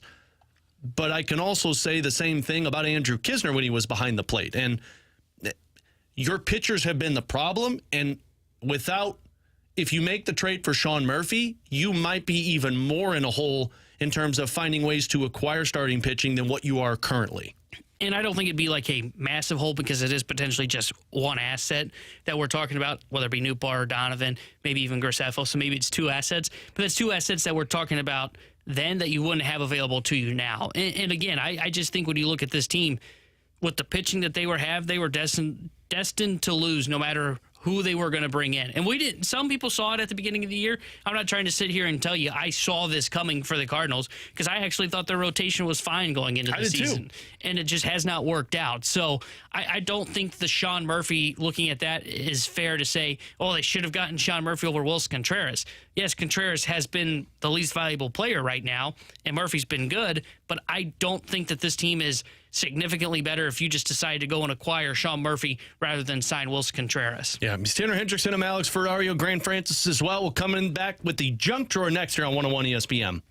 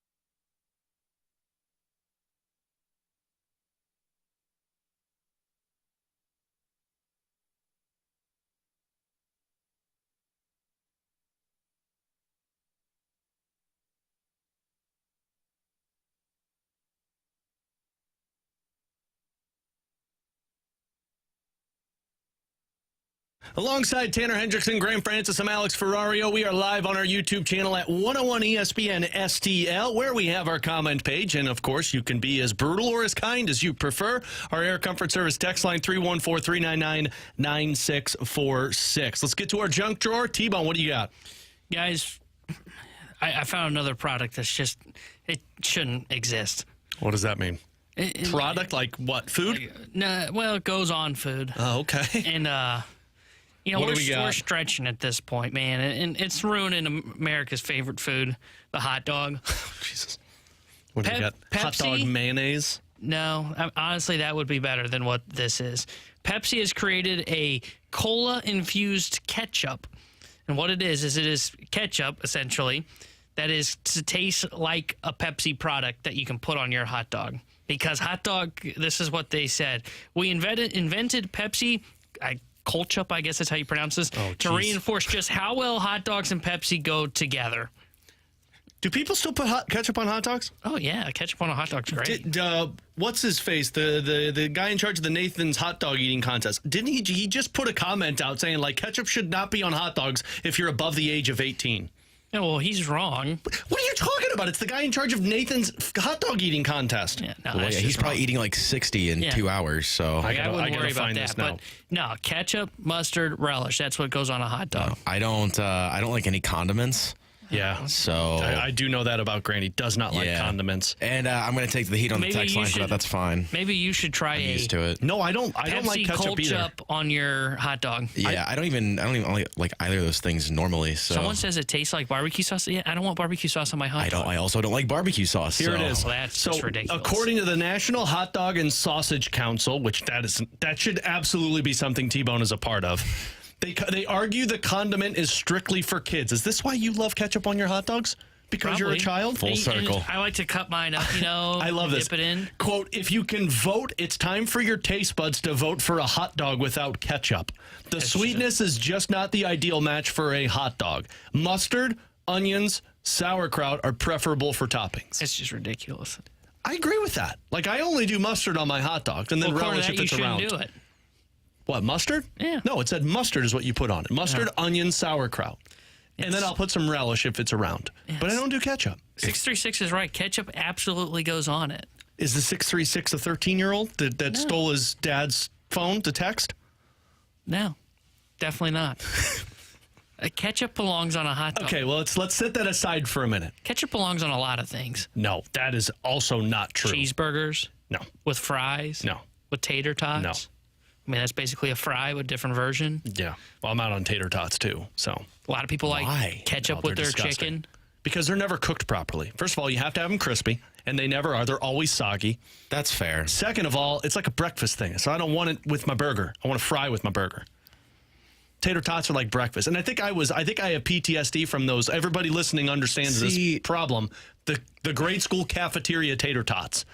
They used to come out lumped like mashed potatoes. We're talking about that's what you're using as the benchmark? That was my first experience of tater tots, and I said I'm never doing this again. That's on you then. That's why I don't like peas, because they were disgusting. Oh my God. They're just bad before the cafeteria. It's like mush.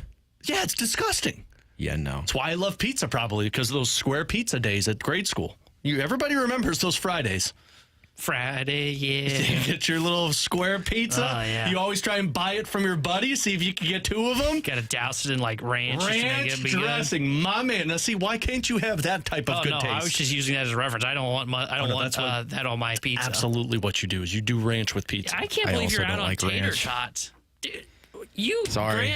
I can't even. So you weren't even going to fight me on that. I don't eat salad either because I don't like dressings. I just don't like sauce. Unless it's like cheese sauce, I don't eat it. What people need to understand is Grant Francis, what he eats during Blue Season is dried chicken. Yeah, basically. He comes in, he's like, chicken again. That's all he has. Every day. There's for the last like 2 years. There's no flavor to it. Yesterday.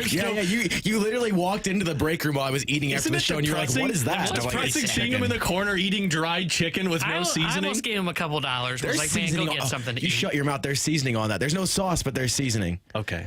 My apologies. There's spices on it, no sauce. Thank you. I don't think sauces should be on this. Regardless, though, of the main topic, you don't make any type of cola with ketchup. Exactly. Like, I don't understand why I don't know why I agree the condiments soda. and sodas don't mix. But I agree, an ice cold soda while eating your hot dog. I'm in. Great combo. We don't got to actually combine them. Ooh. We're out on that. Someone on the text line, or not the text line, the YouTube chat, Douglas said, tater tots in the air fryer, you'll love it. Solid. You need to try that. Because the air fryer, it will master anything. The air fryer it's perfect. Has to be the best invention ever created. Agreed. Yeah. In cooking, at least. Yeah. No, I'd say ever. I won't argue. Maybe the toilet. Toilet's pretty important. You don't use that for cooking. Come over to my house every once in a while for Saturday chicken meals. Just go to break. Tanner Hendrickson, Grant Francis, I'm Alex Ferrario. Tanner, by the way, a little child who likes ketchup on his hot dog. We'll take a break. Real man and put that on. We'll take a break when we come back. Who's going to be the biggest swing player for the Blues upcoming season? Our answer might surprise you. We'll get to that next year on 101 ESPN.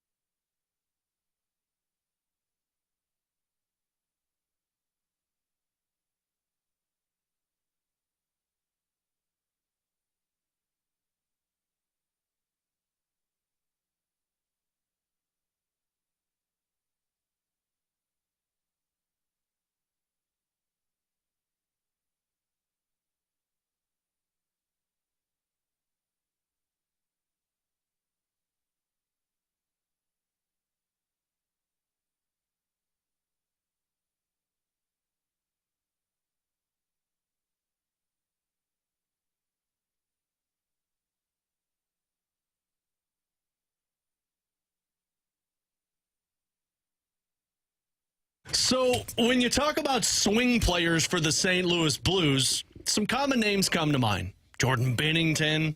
I would imagine every single defenseman on this Blues roster somebody is going to bring up. But for me, the biggest swingman for the Blues this upcoming season is going to be Jordan Kyrou. And alongside Tanner Hendrickson and Grant Francis, I'm Alex Ferrario up on our YouTube channel at 101 ESPN STL and our Air Comfort Service text line 314-399-9646. We've got One's Got to Go coming up in about 30 minutes or so. Here's the thing. Jordan Kyrou is going to be the biggest swing player for this Blues team this season. Bigger than any of the defensemen, bigger than Jordan Binnington, really bigger than any of your forwards, because Jordan Kyrou is going to be playing top-line minutes this upcoming season. Jordan Kyrou is going to be playing 19, 20, 21 minutes a night because they need the offense, and frankly, for $8 million, you're going to be the top guy. They built the team around him. And if Jordan Kyrou doesn't take that next step, and when I had the chance to talk with Berube at Nashville, and I believed it was Doug Armstrong that said it at Prospect Camp, maybe somebody else.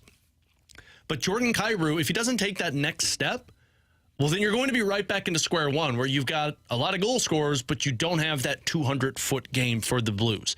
And this gets into the conversation that we had yesterday of, does Berube get on the hot seat if he can't get the best out of Jordan Kyrou? The season is very important tied into Jordan Kyrou, because a lot of things fall apart if Jordan Kyrou is not that player that took the step. Yes, you want the offense to be there. Yes, you expect him to be a 30 to 40 goal scorer.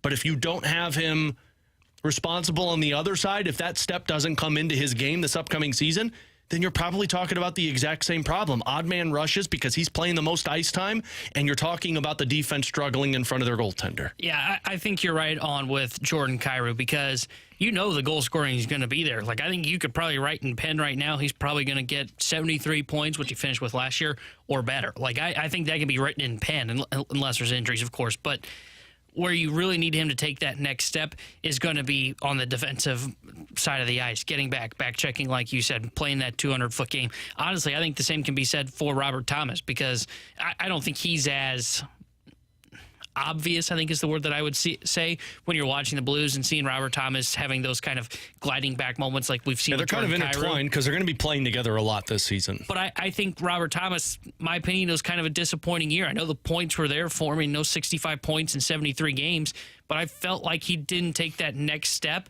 of looking more like a number one centerman for the St. Louis Blues, as that guy that was going to take over the role for Ryan O'Reilly. I mean, I know he did it when Ryan O'Reilly was traded, but that was kind of out of necessity more than I think it was, hey, let's see, he is our number one centerman. I still think there's steps to be taken in Robert Thomas's game to get to that point. And he's only 23 years old. He'll be 24 this season. So I'm not like saying he's done. He's not going to be number one centerman. He's still got room to grow.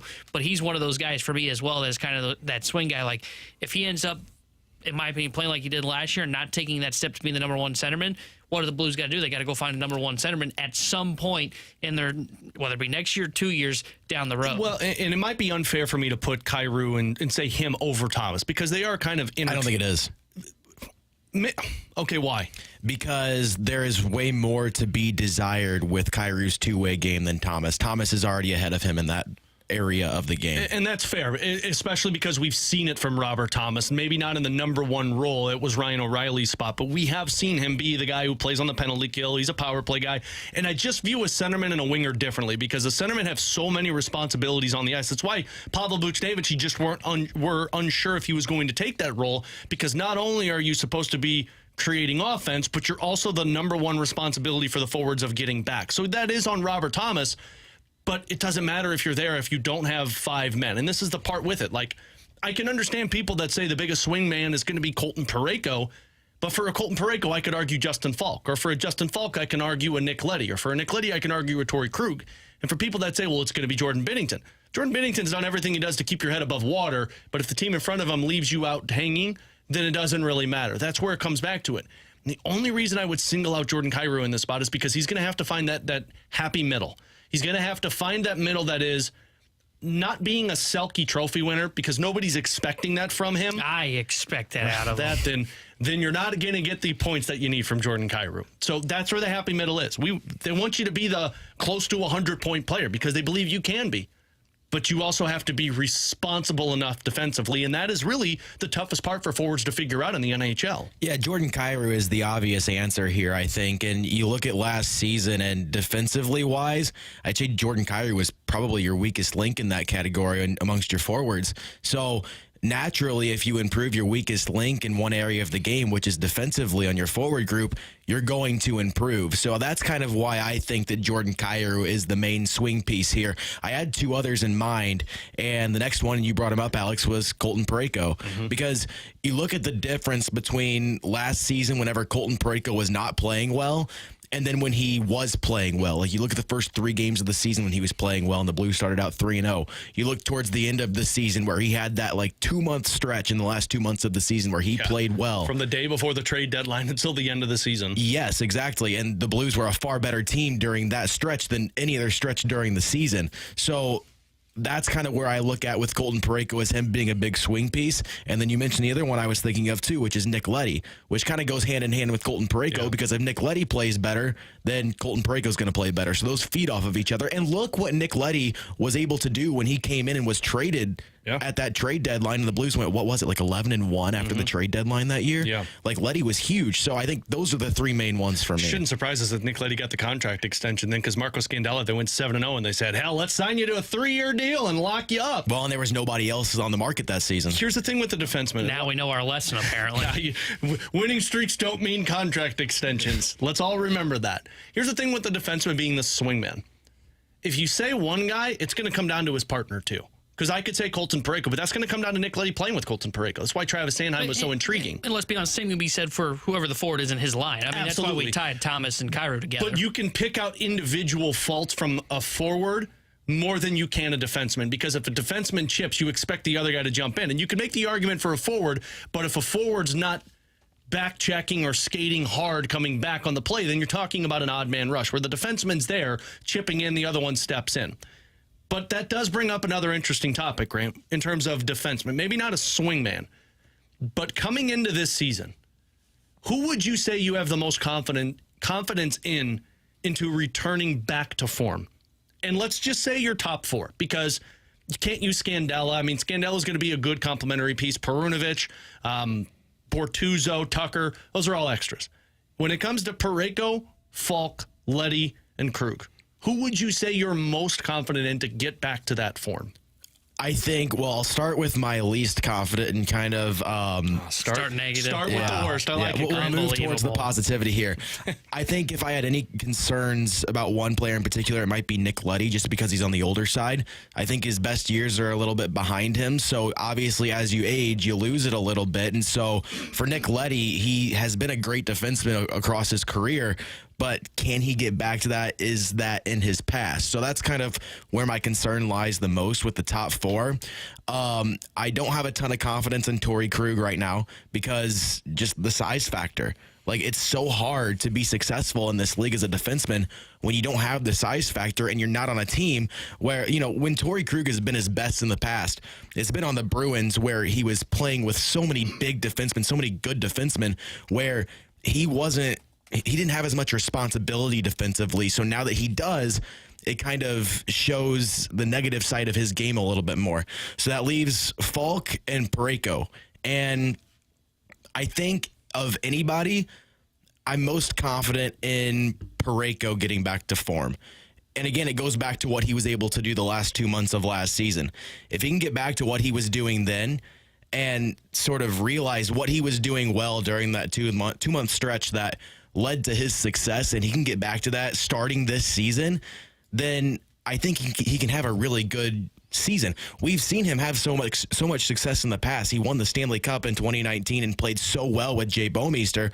Obviously, we don't have Jay Bouwmeester anymore on this team, so you're not going to have that. But he knows what it takes to win.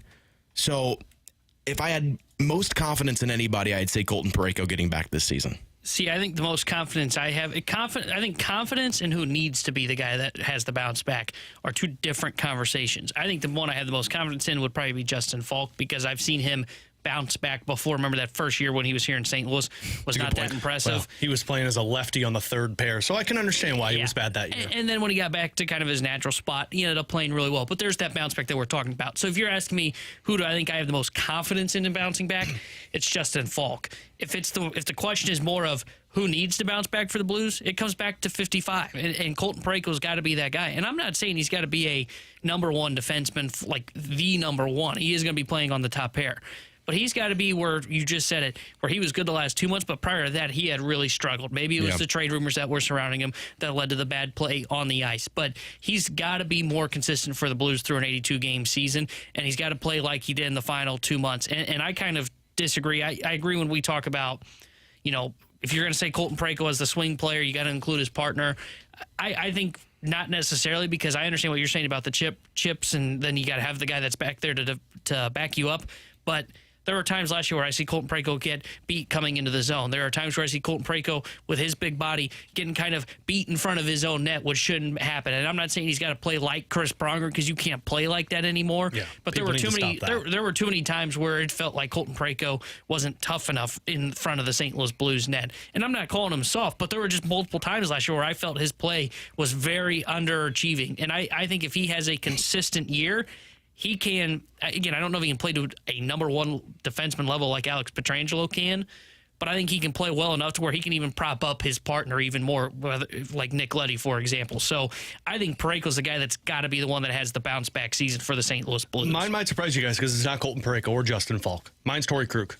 Well, it goes back to the weakest link thing I was talking about with Jordan Kyrou defensively. Yeah. If your weakest link can really get a bump in his game, that's huge. And I'm confident in it because of all of these trade rumors and asking to move the no trade.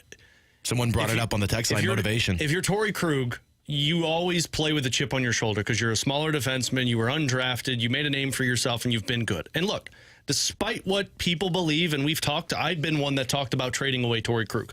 Torrey Krug has been a very competent player for this Blues team up until last year. Last year, injuries, and he was not good. But if you look at his previous 2 seasons, that first year that he was here, he and Justin Falk were actually a shutdown pair at even strength. The numbers, and Mike Kelly had these of NHL Network, the numbers actually showed they were one of the better 5-on-5 duos that season. And then the next year, they stopped using him as the defensive defenseman, and they used him on offense more. I think they used him in the offensive zone faceoffs like 73% of the time. And that was his most lucrative season in terms of offense. You're not going to get defensive play from Torrey Krug, I don't believe. But what I do believe and I would have confidence in is Torrey Krug getting back to being a 50-point player. And Torrey Krug gets back to being a 50-point player for this Blues team. Guess what you just did? You leaned heavily into what your identity is supposed to be this season in terms of offense. And the more you possess the puck, the better your team is going to be. It makes your power play better. It presents less opportunities of you being in the penalty box. I would say the most confident I have is Torrey Krug getting back to his form because last year was such a bad year for him. The other guys, I think what you see is what you get. As much as I love Colton Parayko, I think the last couple of years, if you combined the highs and lows, that's who he is. Justin Falk, as much as people love Justin Falk, and I, as one, love him also. He's got the offense, but Justin Falk was on the ice for a majority of those backdoor tap-ins also. Nick Leddy, I'm with you. I think the age is starting to show. But Torrey Krug is one of those guys that if you get back to form, you're talking 50 to 60 points and you're talking confidence. If you don't, you're talking about trying to find ways to move on from $6.5 million. And that's going to be their biggest struggle going into this upcoming season. Tanner Hendrickson, Grant Francis, I'm Alex Ferrario. Coming up in 15 minutes, we've got One's Gotta Go. You send us scenarios. We'll tell you which one's got to go on our Air Comfort Service text line at 314-399-9646. Also on our YouTube channel at 101 ESPN STL. Just find the chat and join it. Give us your One's Gotta Go scenarios. But coming up next, are we sure that Ollie and the front office are on the same page? Because comments from last night doesn't seem that's the case. We'll discuss next on 101 ESPN.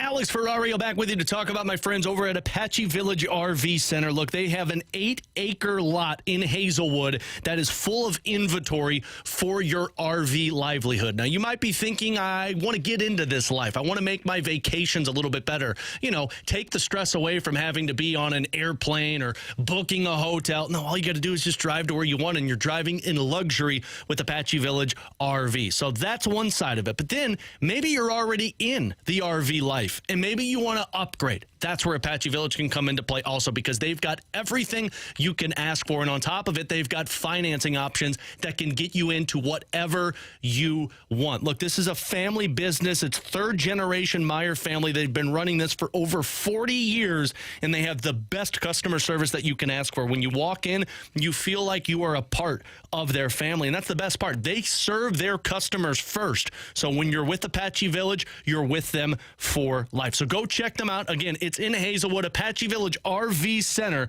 Let Apache Village RV make you a happy camper.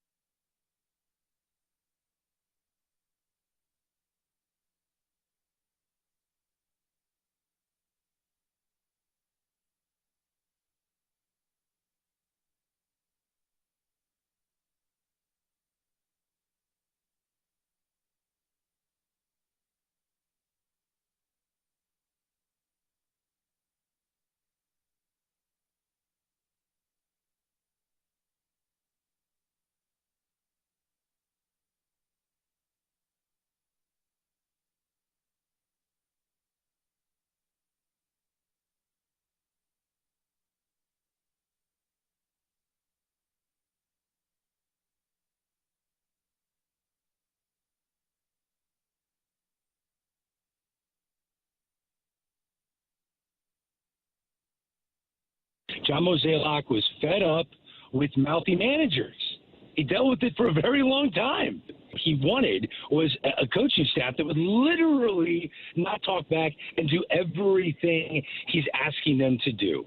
And I can't blame the coaching staff at all. I refuse to blame the coaching staff. I'm going to say it again. It's not because I'm friends with Ollie Marmol. It's because Ollie Marmol has a job to do. And that's everything John Mozeliak and the front office wants him to do. And he's done it. So the fact that there's no push and pull, there's no back and forth, there's no collaboration, to me, I think this is a bit of a mess right now.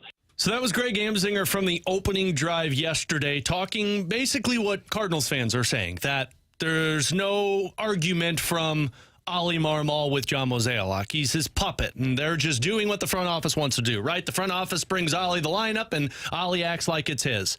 And anytime somebody brings up, well, they need to get a manager who pushes back like blank, Mike Schilt, Tony La Russa, Joe Madden, people think that's the type of managers you're getting. But Ollie has been pushing back, and I will defend him on this one. And most recently, we heard it yesterday. And just listen to this quote and tell me if it sounds like Ollie Marmol, because this sounds so much like Mike Schilt. Quote, the lack of swing and miss is a direct correlation to every bit of our pitching. I don't care what inning you'd like to pinpoint, Marmol said. Here's the beauty of swing and miss. Swing and miss always allows you to get away with so much more. You could be behind in the count and have swing and miss and be just fine. That's one of our biggest issues. And guess what? You can't just magically teach somebody. Swing and miss. You know how you get swing and miss? You get pitchers who have a history of swing and miss, who have swing and miss stuff. Like a James Paxton. You get guys who aren't injured for 3 consecutive seasons who have a history of swing and miss stuff. So breaking news, Tanner, ladies and gentlemen. Oh. Did I break my microphone? We just broke your microphone. Okay, we got it figured out. He just turned it off. Mike Ryder coming in might have just ruined your microphone. Here's the thing, though. Thanks, Mike Ryder. Thanks, Mike Ryder. Mike fixing the mic. That was Mike on camera, everybody. Give him a round of applause in the chat room, please. Ladies and gentlemen. Here's the thing.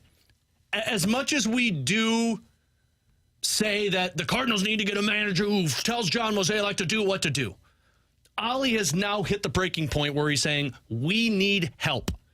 And if you're not going to get help, then this is going to be the response of a team struggling. So basically what Ollie just did was put the ball into John Mozeliak's court, saying, we've got the best out of what we have. Now we need some swing and miss stuff if we're revamping this rotation. And I frankly applaud Ollie Marmol for that one, because as many people that think he's just a puppet master and does everything the front office wants him to do, this is now more about finding the right personnel for a team that has pieces to be successful, but not all of the pieces. You know when your applause should have started for Ollie Marmol and him preaching for swing and miss stuff? Day one that he was named manager, because Ollie Marmol has been looking for this for the St. Louis Cardinals. He was preaching about this last year. Told us at the ballpark last season, yeah. He would preach it all the time. We've got it. We need more swing and miss in our stuff. So for everybody that seems to think that Ollie Marmol is a puppet, he doesn't push back against John Mozeliak, I think he does. I think where this whole kind of pivot for the St. Louis Cardinals and why we kind of tease this segment of, is Ollie in the front office on the same page going into this offseason, is are they going to be on the same page about building this pitching staff? Because I think the coaching staff knows, and based on this quote, knows that they need more swing and miss stuff added to this rotation. Honestly, to the bullpen too, because the bullpen's lost it. You need it since to your dealt pitching. with injuries. Yes, exactly. What I'm curious to know is, will the front office be willing to modernize the rotation and the bullpen? Because what they've done in recent years has been this pitch to contact, and that was what they wanted to do. They thought that was the best way to approach it, and I'm not saying they were wrong, because they had been successful with it. Because you had the shift, and you had a bunch of gold glovers across the infield and in the outfield that could make up for some of the pitchers that you had that weren't missing bats. Now you don't have either. The shift has been banned, and the defense just isn't as good. So what do you need? You need that swing and miss stuff, because what Ollie's saying is, with swing and miss stuff, it is, hey, you know what the result is? It's a strike, or it's a strikeout. It's not going to be, hey, the ball's in play and anything can happen. It could be a hit. It could be right at us. It could be away from us to where it could be a double down the line. This is what I'm wondering what's going to be the case for the Cardinals in the offseason. Are they going to preach swing and miss stuff like they should and modernize the pitching staff, or are they going to continue with this, this was just a bad year. We can go ahead. We can add some swing and miss, but we don't have to just go all in on this approach. We can kind of be 50-50. We can get some ground ballers. We can get some guys that have got swing and miss. No, Ollie has always been pushing back. That's why I get so frustrated when I hear all the time that he's just a puppet master. He's definitely been pushing back behind the scenes, I believe, against John Mozeliak in the front office and saying, guys, we have got to get swing and miss, or we're not going to get there. There's a difference between behind the scenes and doing what he did just now. And because behind the scenes, as much as we can talk about it, others don't see it and they don't hear it. And then you just jump to the conclusion of, well, Ollie's just doing what he wants to do. And somebody just texted in on our Air Comfort Service text line that, look, Ollie is going to push back, but he's not stupid, so he's going to find a way to passively be aggressive. That's exactly what he's doing. But unfortunately, that's what Mike Schultz seemed to do a lot of. And then, of course, the offseason and who knows what took place, the philosophical differences. But Ollie's way of speaking to the fans is through the media. And that comment that he made where he's basically saying, that's what we lack. Swing and miss stuff. It's the exact same thing that Nolan Arenado did last year before the trade deadline, where he said, we need some help on the pitching side of things. The offense is finding ways to get the job done. We need some help. So when you're publicly stating that here is our issue, then you force the other side to go to work.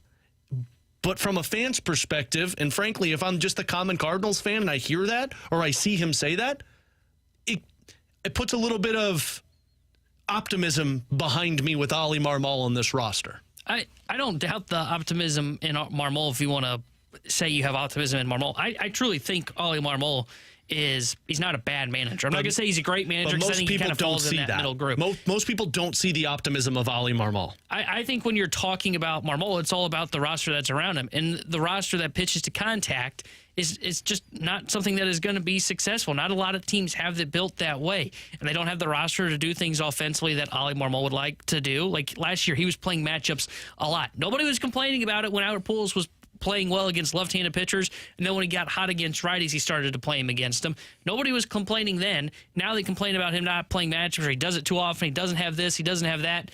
It comes to the front office to give the roster that Ollie Marmol wants. I'm going to say this, and it's going to sound bad for fans. Are going to say right. You've already pissed off the text line, so keep going. Yeah. Yes, I have. You know, a lot of bad takes today. They need a modern roster. And they don't have it. And I mean, not just. I think they've got some decents where the offensive side, they're fine. They just don't have it on the pitching side. They pitch to too much contact, and they've got to add swing and miss. And that's the kind of roster that if Ollie Marmol is going to succeed as manager, it's with a pitching staff that's got swing and miss. It's not going to be the kind of pitching staff that's going to pitch to contact. Can I bring up something that I typically don't believe in, but this season I'm starting to believe it a little bit more. If we're going to sit here and point fingers at coaches, shouldn't we be pointing a finger at the one difference that took place with this pitching staff in the offseason? And that's the pitching coach. Because you've got the same rotation, if not better rotation than what you had last year. Because you had Michaelis, you had Montgomery, you had Waino, who was pitching very well, and then you had Jordan Montgomery that you acquired. You know who you didn't have? Jack Flaherty. And now you have Jack Flaherty. The only difference that took place this offseason was Dusty Blake coming in. And Dusty Blake, we heard it in spring training. We heard it at the winter warm-up that BK was at. Dusty Blake was supposed to be the guy that was bringing this significant change to everybody's mechanics. And you know what's happened? Your pitching staff has suffered mightily this season. You know who's having success? Mike Maddox with the Texas Rangers. Now, again, I don't like pointing at a coach and saying, well, it's his fault, because frankly, the athletes are the ones that are going out on the field, on the court, on the ice, and performing. And if they're not performing, then that's on them. But shouldn't we start at least considering that maybe they chose wrong with the pitching coach decision in Dusty Blake? So I don't like to blame the staff that often either, and I think there are situations when moves should be made. I think when you look at Dusty Blake, I think he was kind of... I don't know how to really evaluate him. This is where it's going to be tough for the Cardinals, and they're going to have to decide if he's the guy moving forward in that role as the pitching coach, because I think he was given a task and kind of told by, can't remember who it was, but someone said, I think it was Waino, said he's a great pitching coach, best pitching coach I've had. I think he was given an impossible task of adding swing and miss to a rotation that didn't have it. And I think that's where... Yes, I understand what you're saying. Some of these guys digress, like Michaelis' numbers are down this year. Waino's numbers were down, but I think that is a age-related thing or an injury-related thing than it is a Dusty Blake thing. I think Michaelis is hurt more because he pitches to contact, and there's a ban of the shifts, and the defense isn't as good. I don't think this is all truly on Dusty Blake. I think if there was a staff that had swing and miss and they were struggling, like if you had Nathan Eovaldi, for example. Nathan Eovaldi has swing and miss stuff in his game. We can all agree on that, right? If he came in here and he was really struggling, who would you go blame? You would probably kind of point the finger at Dusty Blake. I just think he was put in such a tough situation that the ask from him was too much, and now that the results have disappointed, it's easy to point the finger at him and say, yeah, it's Dusty Blake's fault. Now, I'm not telling you Dusty Blake's a good pitching coach. I don't know. But I don't know if he's the guy that should be the scapegoat for the St. Louis Cardinals. And you're right. I shouldn't be making him the scapegoat because, frankly, the pitchers should be better. They pitched better last year. Why aren't they doing the same thing? But the difference between a hitting coach and a pitching coach, in my opinion, is a hitting coach is, and we've talked with Eduardo Perez about this, a hitting coach is really focusing on when you're going through the ups and downs of a season and getting you back on track. Like when Nolan Arenado was suffering, hitting coach is finding ways to get you more confident at the plate. But they're not changing anything with your swing. Your swing is your mechanics. And I don't know this because I've never been a pitching coach. I've never been around pitchers. BT would be able to answer this better than I could. But isn't a pitching coach working with your mechanics and working with your approach to attack the hitters? And maybe this is on the pitchers that just aren't locating their spots. Maybe it's just leaving up juice balls right down the middle and guys are taking it deep. But a pitching coach at least is able to work with those mechanics on the pitchers and focus on how to approach batters. And all season long, it seems like that the starting pitchers, the bullpen arms, they just seem over their head nine times out of 10. Yeah, I again, to me, it's just too tough to say because we had the same conversation. It's about Jeff Albert for the last 3 years, and I didn't think Jeff Albert was a problem. Sure, the offensive numbers were down, but was that a Jeff Albert problem where the players weren't performing? And I think it's the same conversation with Dusty Blake. I just feel like hitters and pitchers are different, though, and the coach is a little bit more impactful with pitchers than hitters. I think they're the same. I think when you look at it, I think a pitcher's going to give them – I think it's more about, hey, the pitching coach is going to help them on their off days, same with the hitter, and they're going to kind of go through the mechanics and try and figure out things that they possibly can. But then it goes to the pitcher and players to execute when it comes down to it. That's why it's tough for me to say Dusty Blake is the problem. I'm not trying to tell you I think he's the solution, and I'm not trying to tell you he's a good pitching coach. It's tough to really know without being in the locker room, but I don't think he should be the scapegoat of, the only reason the rotation was bad this year was because, Dusty Blake, he's not a good pitching coach. No, I just think the guys in the rotation aren't very good, and they haven't been pitching very well. But they were good last year. Again, but I think there's factors into that. Wayno was good until he got hurt. Coach? No, but maybe, but I think some of these guys you can look at. I think when you look at Adam Wainwright, I think it's age. I think Father Time caught up to him. Maybe it is the injury that he's dealing with, that he's on the IL now. You look at Jack Flaherty. I think the injuries took away from his ability to be the same pitcher that we saw, and we didn't see him at all really last year. He made a couple of starts, but he went back on the IL. And then you look at Montgomery. He's basically been the same pitcher he was last year. And you look at Miles Mikolas, who's been fine. He hasn't been as good as he was last year where he was an all-star. But why do I think Mikolas has been that way? I think Mikolas is just one of those guys where he could have a good year and he could swing back down because he pitches to contact and the shift has been banned. So, again, I'm not trying to defend Dusty Blake and say he is a great pitching coach. I don't know. I'm honestly not convinced he is a good pitching coach. I just asked the question. I don't think he's the guy that should be said of, if they're going to fix this rotation, one, they got to spend money, and two, they got to get rid of Dusty Blake. I don't think that's the case. I guess you'll find it's process of elimination. If you spend the money and you still have issues, then it might be to that. It's fair to wonder if it's Dusty Blake. But again, I asked the question because I'm the one that's the component for the coaches. You can only blame a coach so much. At some point, you got to start talking about the players, and maybe that's it. That's just the hardest part when it comes to when it's the same roster and nothing, and it's significantly been different. Tanner Hendrickson, Graham Francis, I'm Alex Ferrario. Coming up next, you send us the scenarios. We will tell you which one has to go here on 101 ESPN.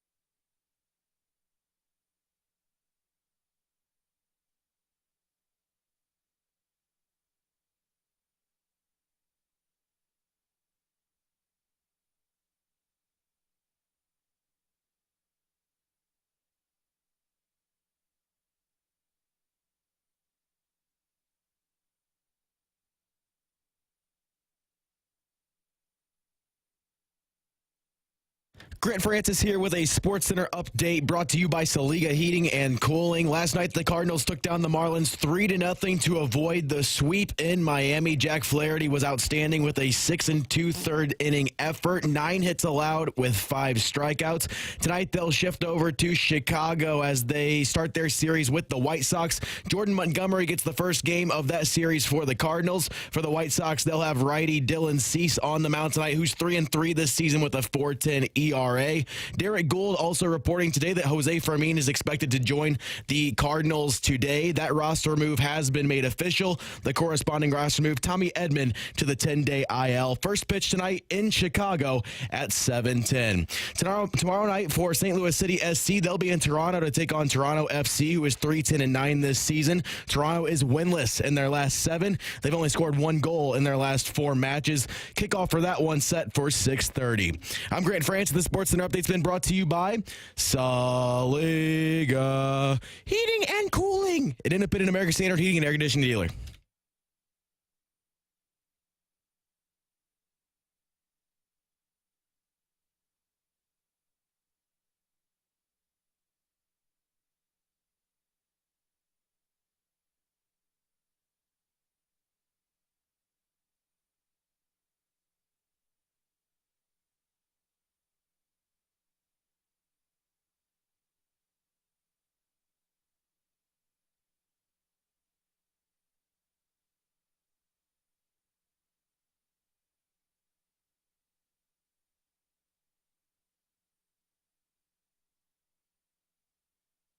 Winding things down here on BK and Ferrario. Been a fun week alongside Tanner Hendrickson and Grant Francis. We'll be with you next week as well. But as we wind things down, we get to our favorite segment of the week, One's Gotta Go, where you send us 3 scenarios. We will tell you which one of those has to get out of there. You can send them to us on our Air Comfort Service text line at 314-399-9646, or you can head over to our YouTube channel at 101 ESPN STL. Click on BK and Ferrario, and then put your One's Gotta Go scenario on our live chat. Let's start with this one, boys. One has to go music edition.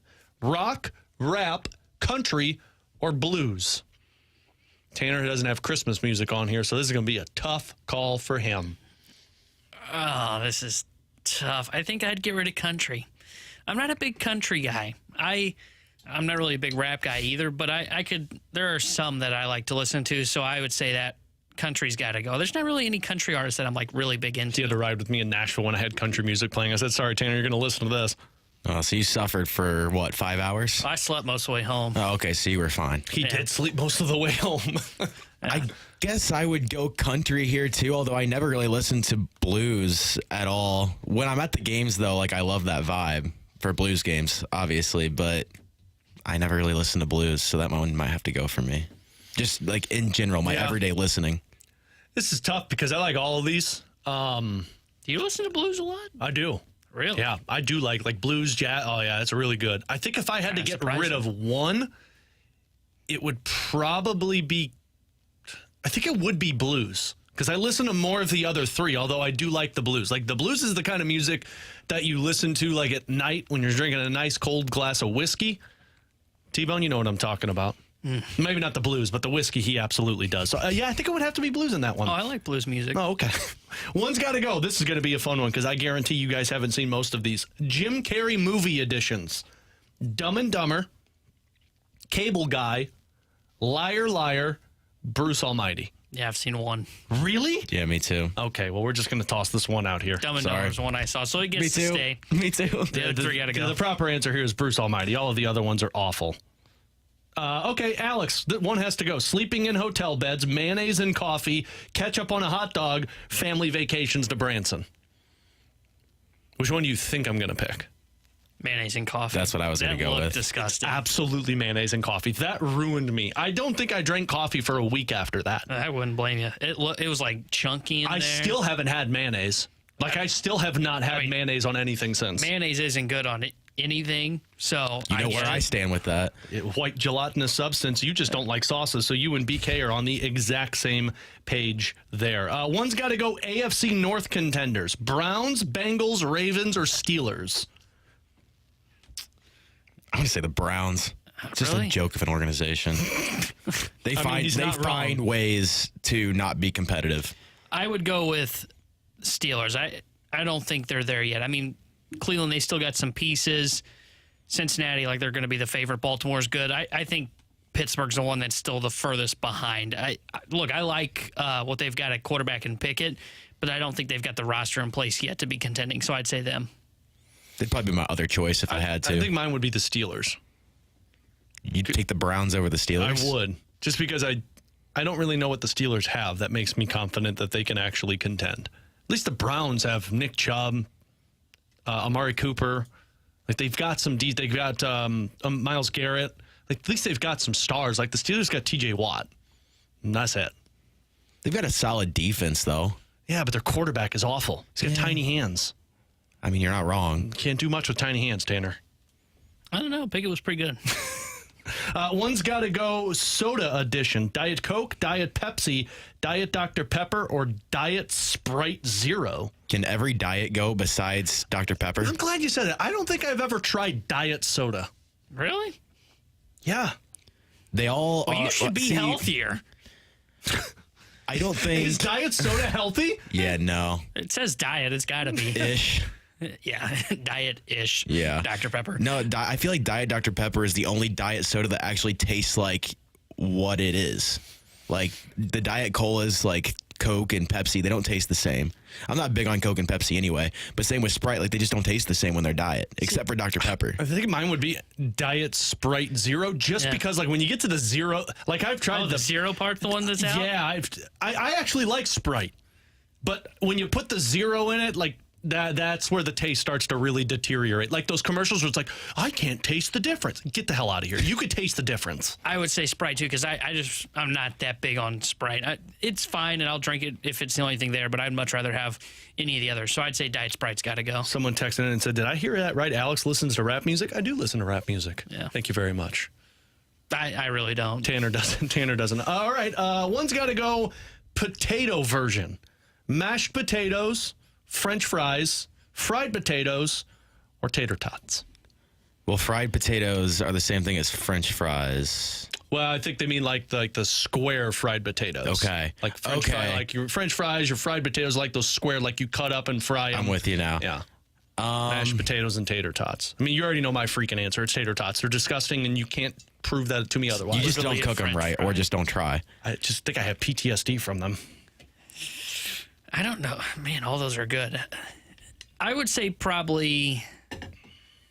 I'd say the fried potato, I guess. Because, like, mashed potato, I love mashed potatoes, like, on Thanksgiving. Or if you're having a country fried steak with some gravy. Oh, man. French fries are always good. Tater tots with a good beer cheese. Chef's kiss. The fried potatoes are good, but, like, I'd say I'd probably get rid of those.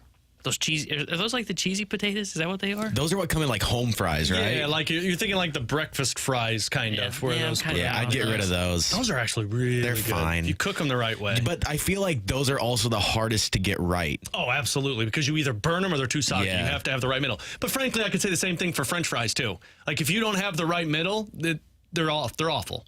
Yeah. You can't burn them, but you got to make them crispy just enough. All right, let's do this one too before we close this one down and get to our rewind. One's got to go All-Star Game edition. Baseball, football, basketball, hockey. This is easy. Football, man.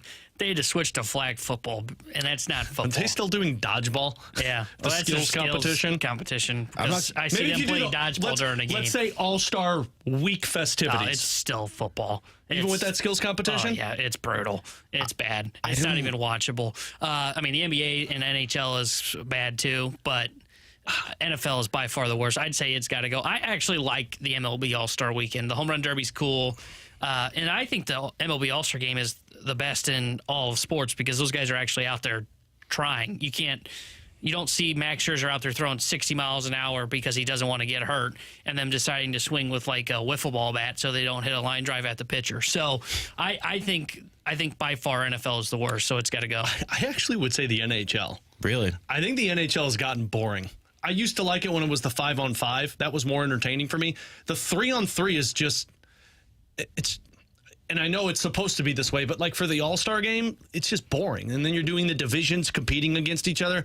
I don't know. The skills competition used to be fun, but now we're like putting them out on a boat, taking shots into like little ponds. Like it's just not entertaining as it used to be. So I think I would say the NHL one has to go. NFL is a very close second because I don't even watch it. But I think the NHL has started to suffer mightily. Yeah, I'm kind of with you, but I think I'd still go football. Like, I don't really get into any I like me some dodgeball, though.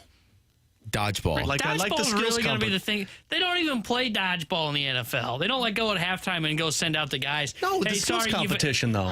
That's not related to football. No, but I said the whole weekend. I know, but that's the point that it doesn't belong there. I think it's they did a entertaining. Field goal kicking contest. They do the quarterback throwing one. Grant would respect a field goal kicking contest. That might be something that I watch because I want to see who sucks the most, who misses the most field goals. Grant wants to find the one kicker in the NFL that he can hate. You want to get most. me fired There's up. a lot. Start talking about kickers when they miss extra points, and I could do a whole segment on that. Well, you want to get Tanner fired up. You tell him that the Cardinals aren't going to be able to revamp this pitching staff in the offseason, but one guy is a massive opportunity for him over the weekend. We'll discuss him next on our Rewind next on 101 ESPN.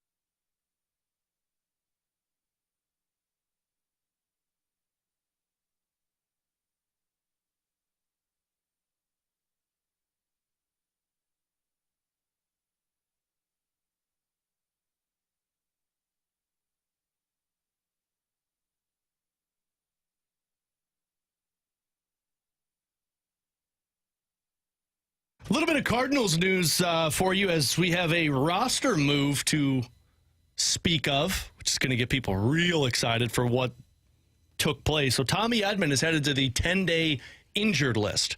You might be thinking, well, how, Alex? Because he was just playing in the last couple of games. I was wondering that. Well, it's because, he's dealing with the injured wrist that kept him out from the games, and then they put him in, and then must still be nagging him. So he's headed to the 10-day IL.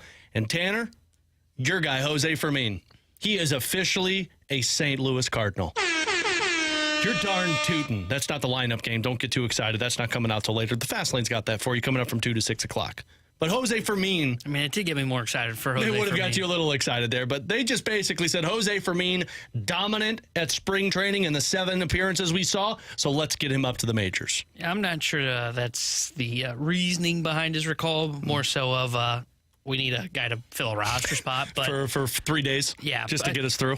I think a lot of people are going to hear this news of Tommy Edman and probably be upset with Ali Marmol and the training staff because of what you said. He played the last 2 games, even though he was not in the lineup. Especially that game at second base where you played him and he made that diving play. Yeah, made the diving effort. Then last night was in center field as a defensive replacement late. I wouldn't read too much into that. My assumption is that this is more so just, hey, look, he's not going to be able to start, and for 3 days, let's just make sure we rest him. Let's take it out of the hands of Ali Marmol of not using him as a defensive replacement, and let's add Jose Fermin to the roster, who is on the 40-man. It's not like he had to add him to the 40-man roster and select his contract. And I was just running through this because 10 days, I assume, and look, maybe we haven't seen any comments from Ali Marmol. He hasn't spoken to the media yet. Maybe there is something else that they've discovered, that it is a longer-lasting injury. But the 10 days, he should be eligible to come back from the IL next Sunday when they're in Washington. So he's only going to miss 5 games, 6 games. And this is, I think, just to make sure he stays healthy. This way they don't get put into a bind of if they need to bring him into the game and potentially have him swing a bat, they risk further injury. So this is just more of a precautionary thing is my assumption. And Jose Fermin is more of just a, hey, we need him to fill a roster spot right now. The only time it becomes problematic and it looks bad on Ali is if you get to the point where it's a longer-term injury, but that we're not going to know until after this 10 days is up. The other thing that we're not going to know until the end of the season, but you're going to get a good taste of it, is Steven Matz. Is he going to be a part of your rotation? Is he not going to be a part of the rotation? Well, he gets another trial opportunity Sunday where they announce that he's going to be starting against the Chicago White Sox in place of Adam Wainwright. And look, Steven Matz has been really good for you out of the bullpen. He has not been good as a starter for you since he signed that contract.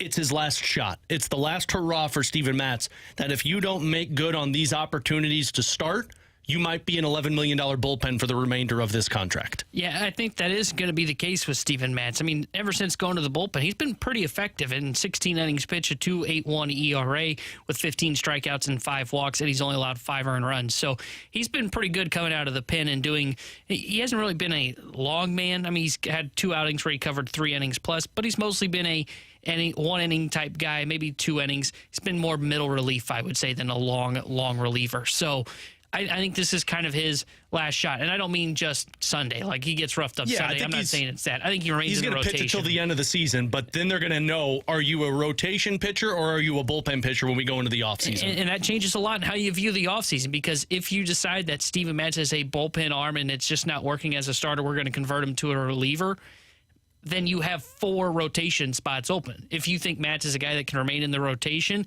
and look, they may decide that no matter what happens because they're paying him to be a starter. Hopefully that's not the case, but they may decide that. Then there's 3 spots that they have to fill, and that's where we have the conversation of what are they going to do in free agency, what are they going to do on the trade market. It's a little easier to fill 3 than 4, obviously. So their hope is that he can take off. He's added the changeup back to his arsenal, Ollie said post-game last night, or before the game last night, excuse me. And I think they really like what they've seen from him out of the bullpen. Now they're just hoping it translates to him going in the rotation. He's probably going to have a short outing on Sunday because he's not as built up anymore. So don't hold that against him. Like, he may only be a 3-4 inning starter for them on Sunday. We'll see how he builds up and how he progresses throughout the rest of the season as a starter. You got Montgomery tonight going against Dylan Cease. It's to be determined the rest of the weekend for the White Sox, but you got Michaelis tomorrow, and then as we just talked about, Steven Matz will go on Sunday. We will be back with you on Monday. Hope everyone has a great weekend. Enjoy the Fast Lane coming up next from 2 to 6 o'clock here on 101 ESPN.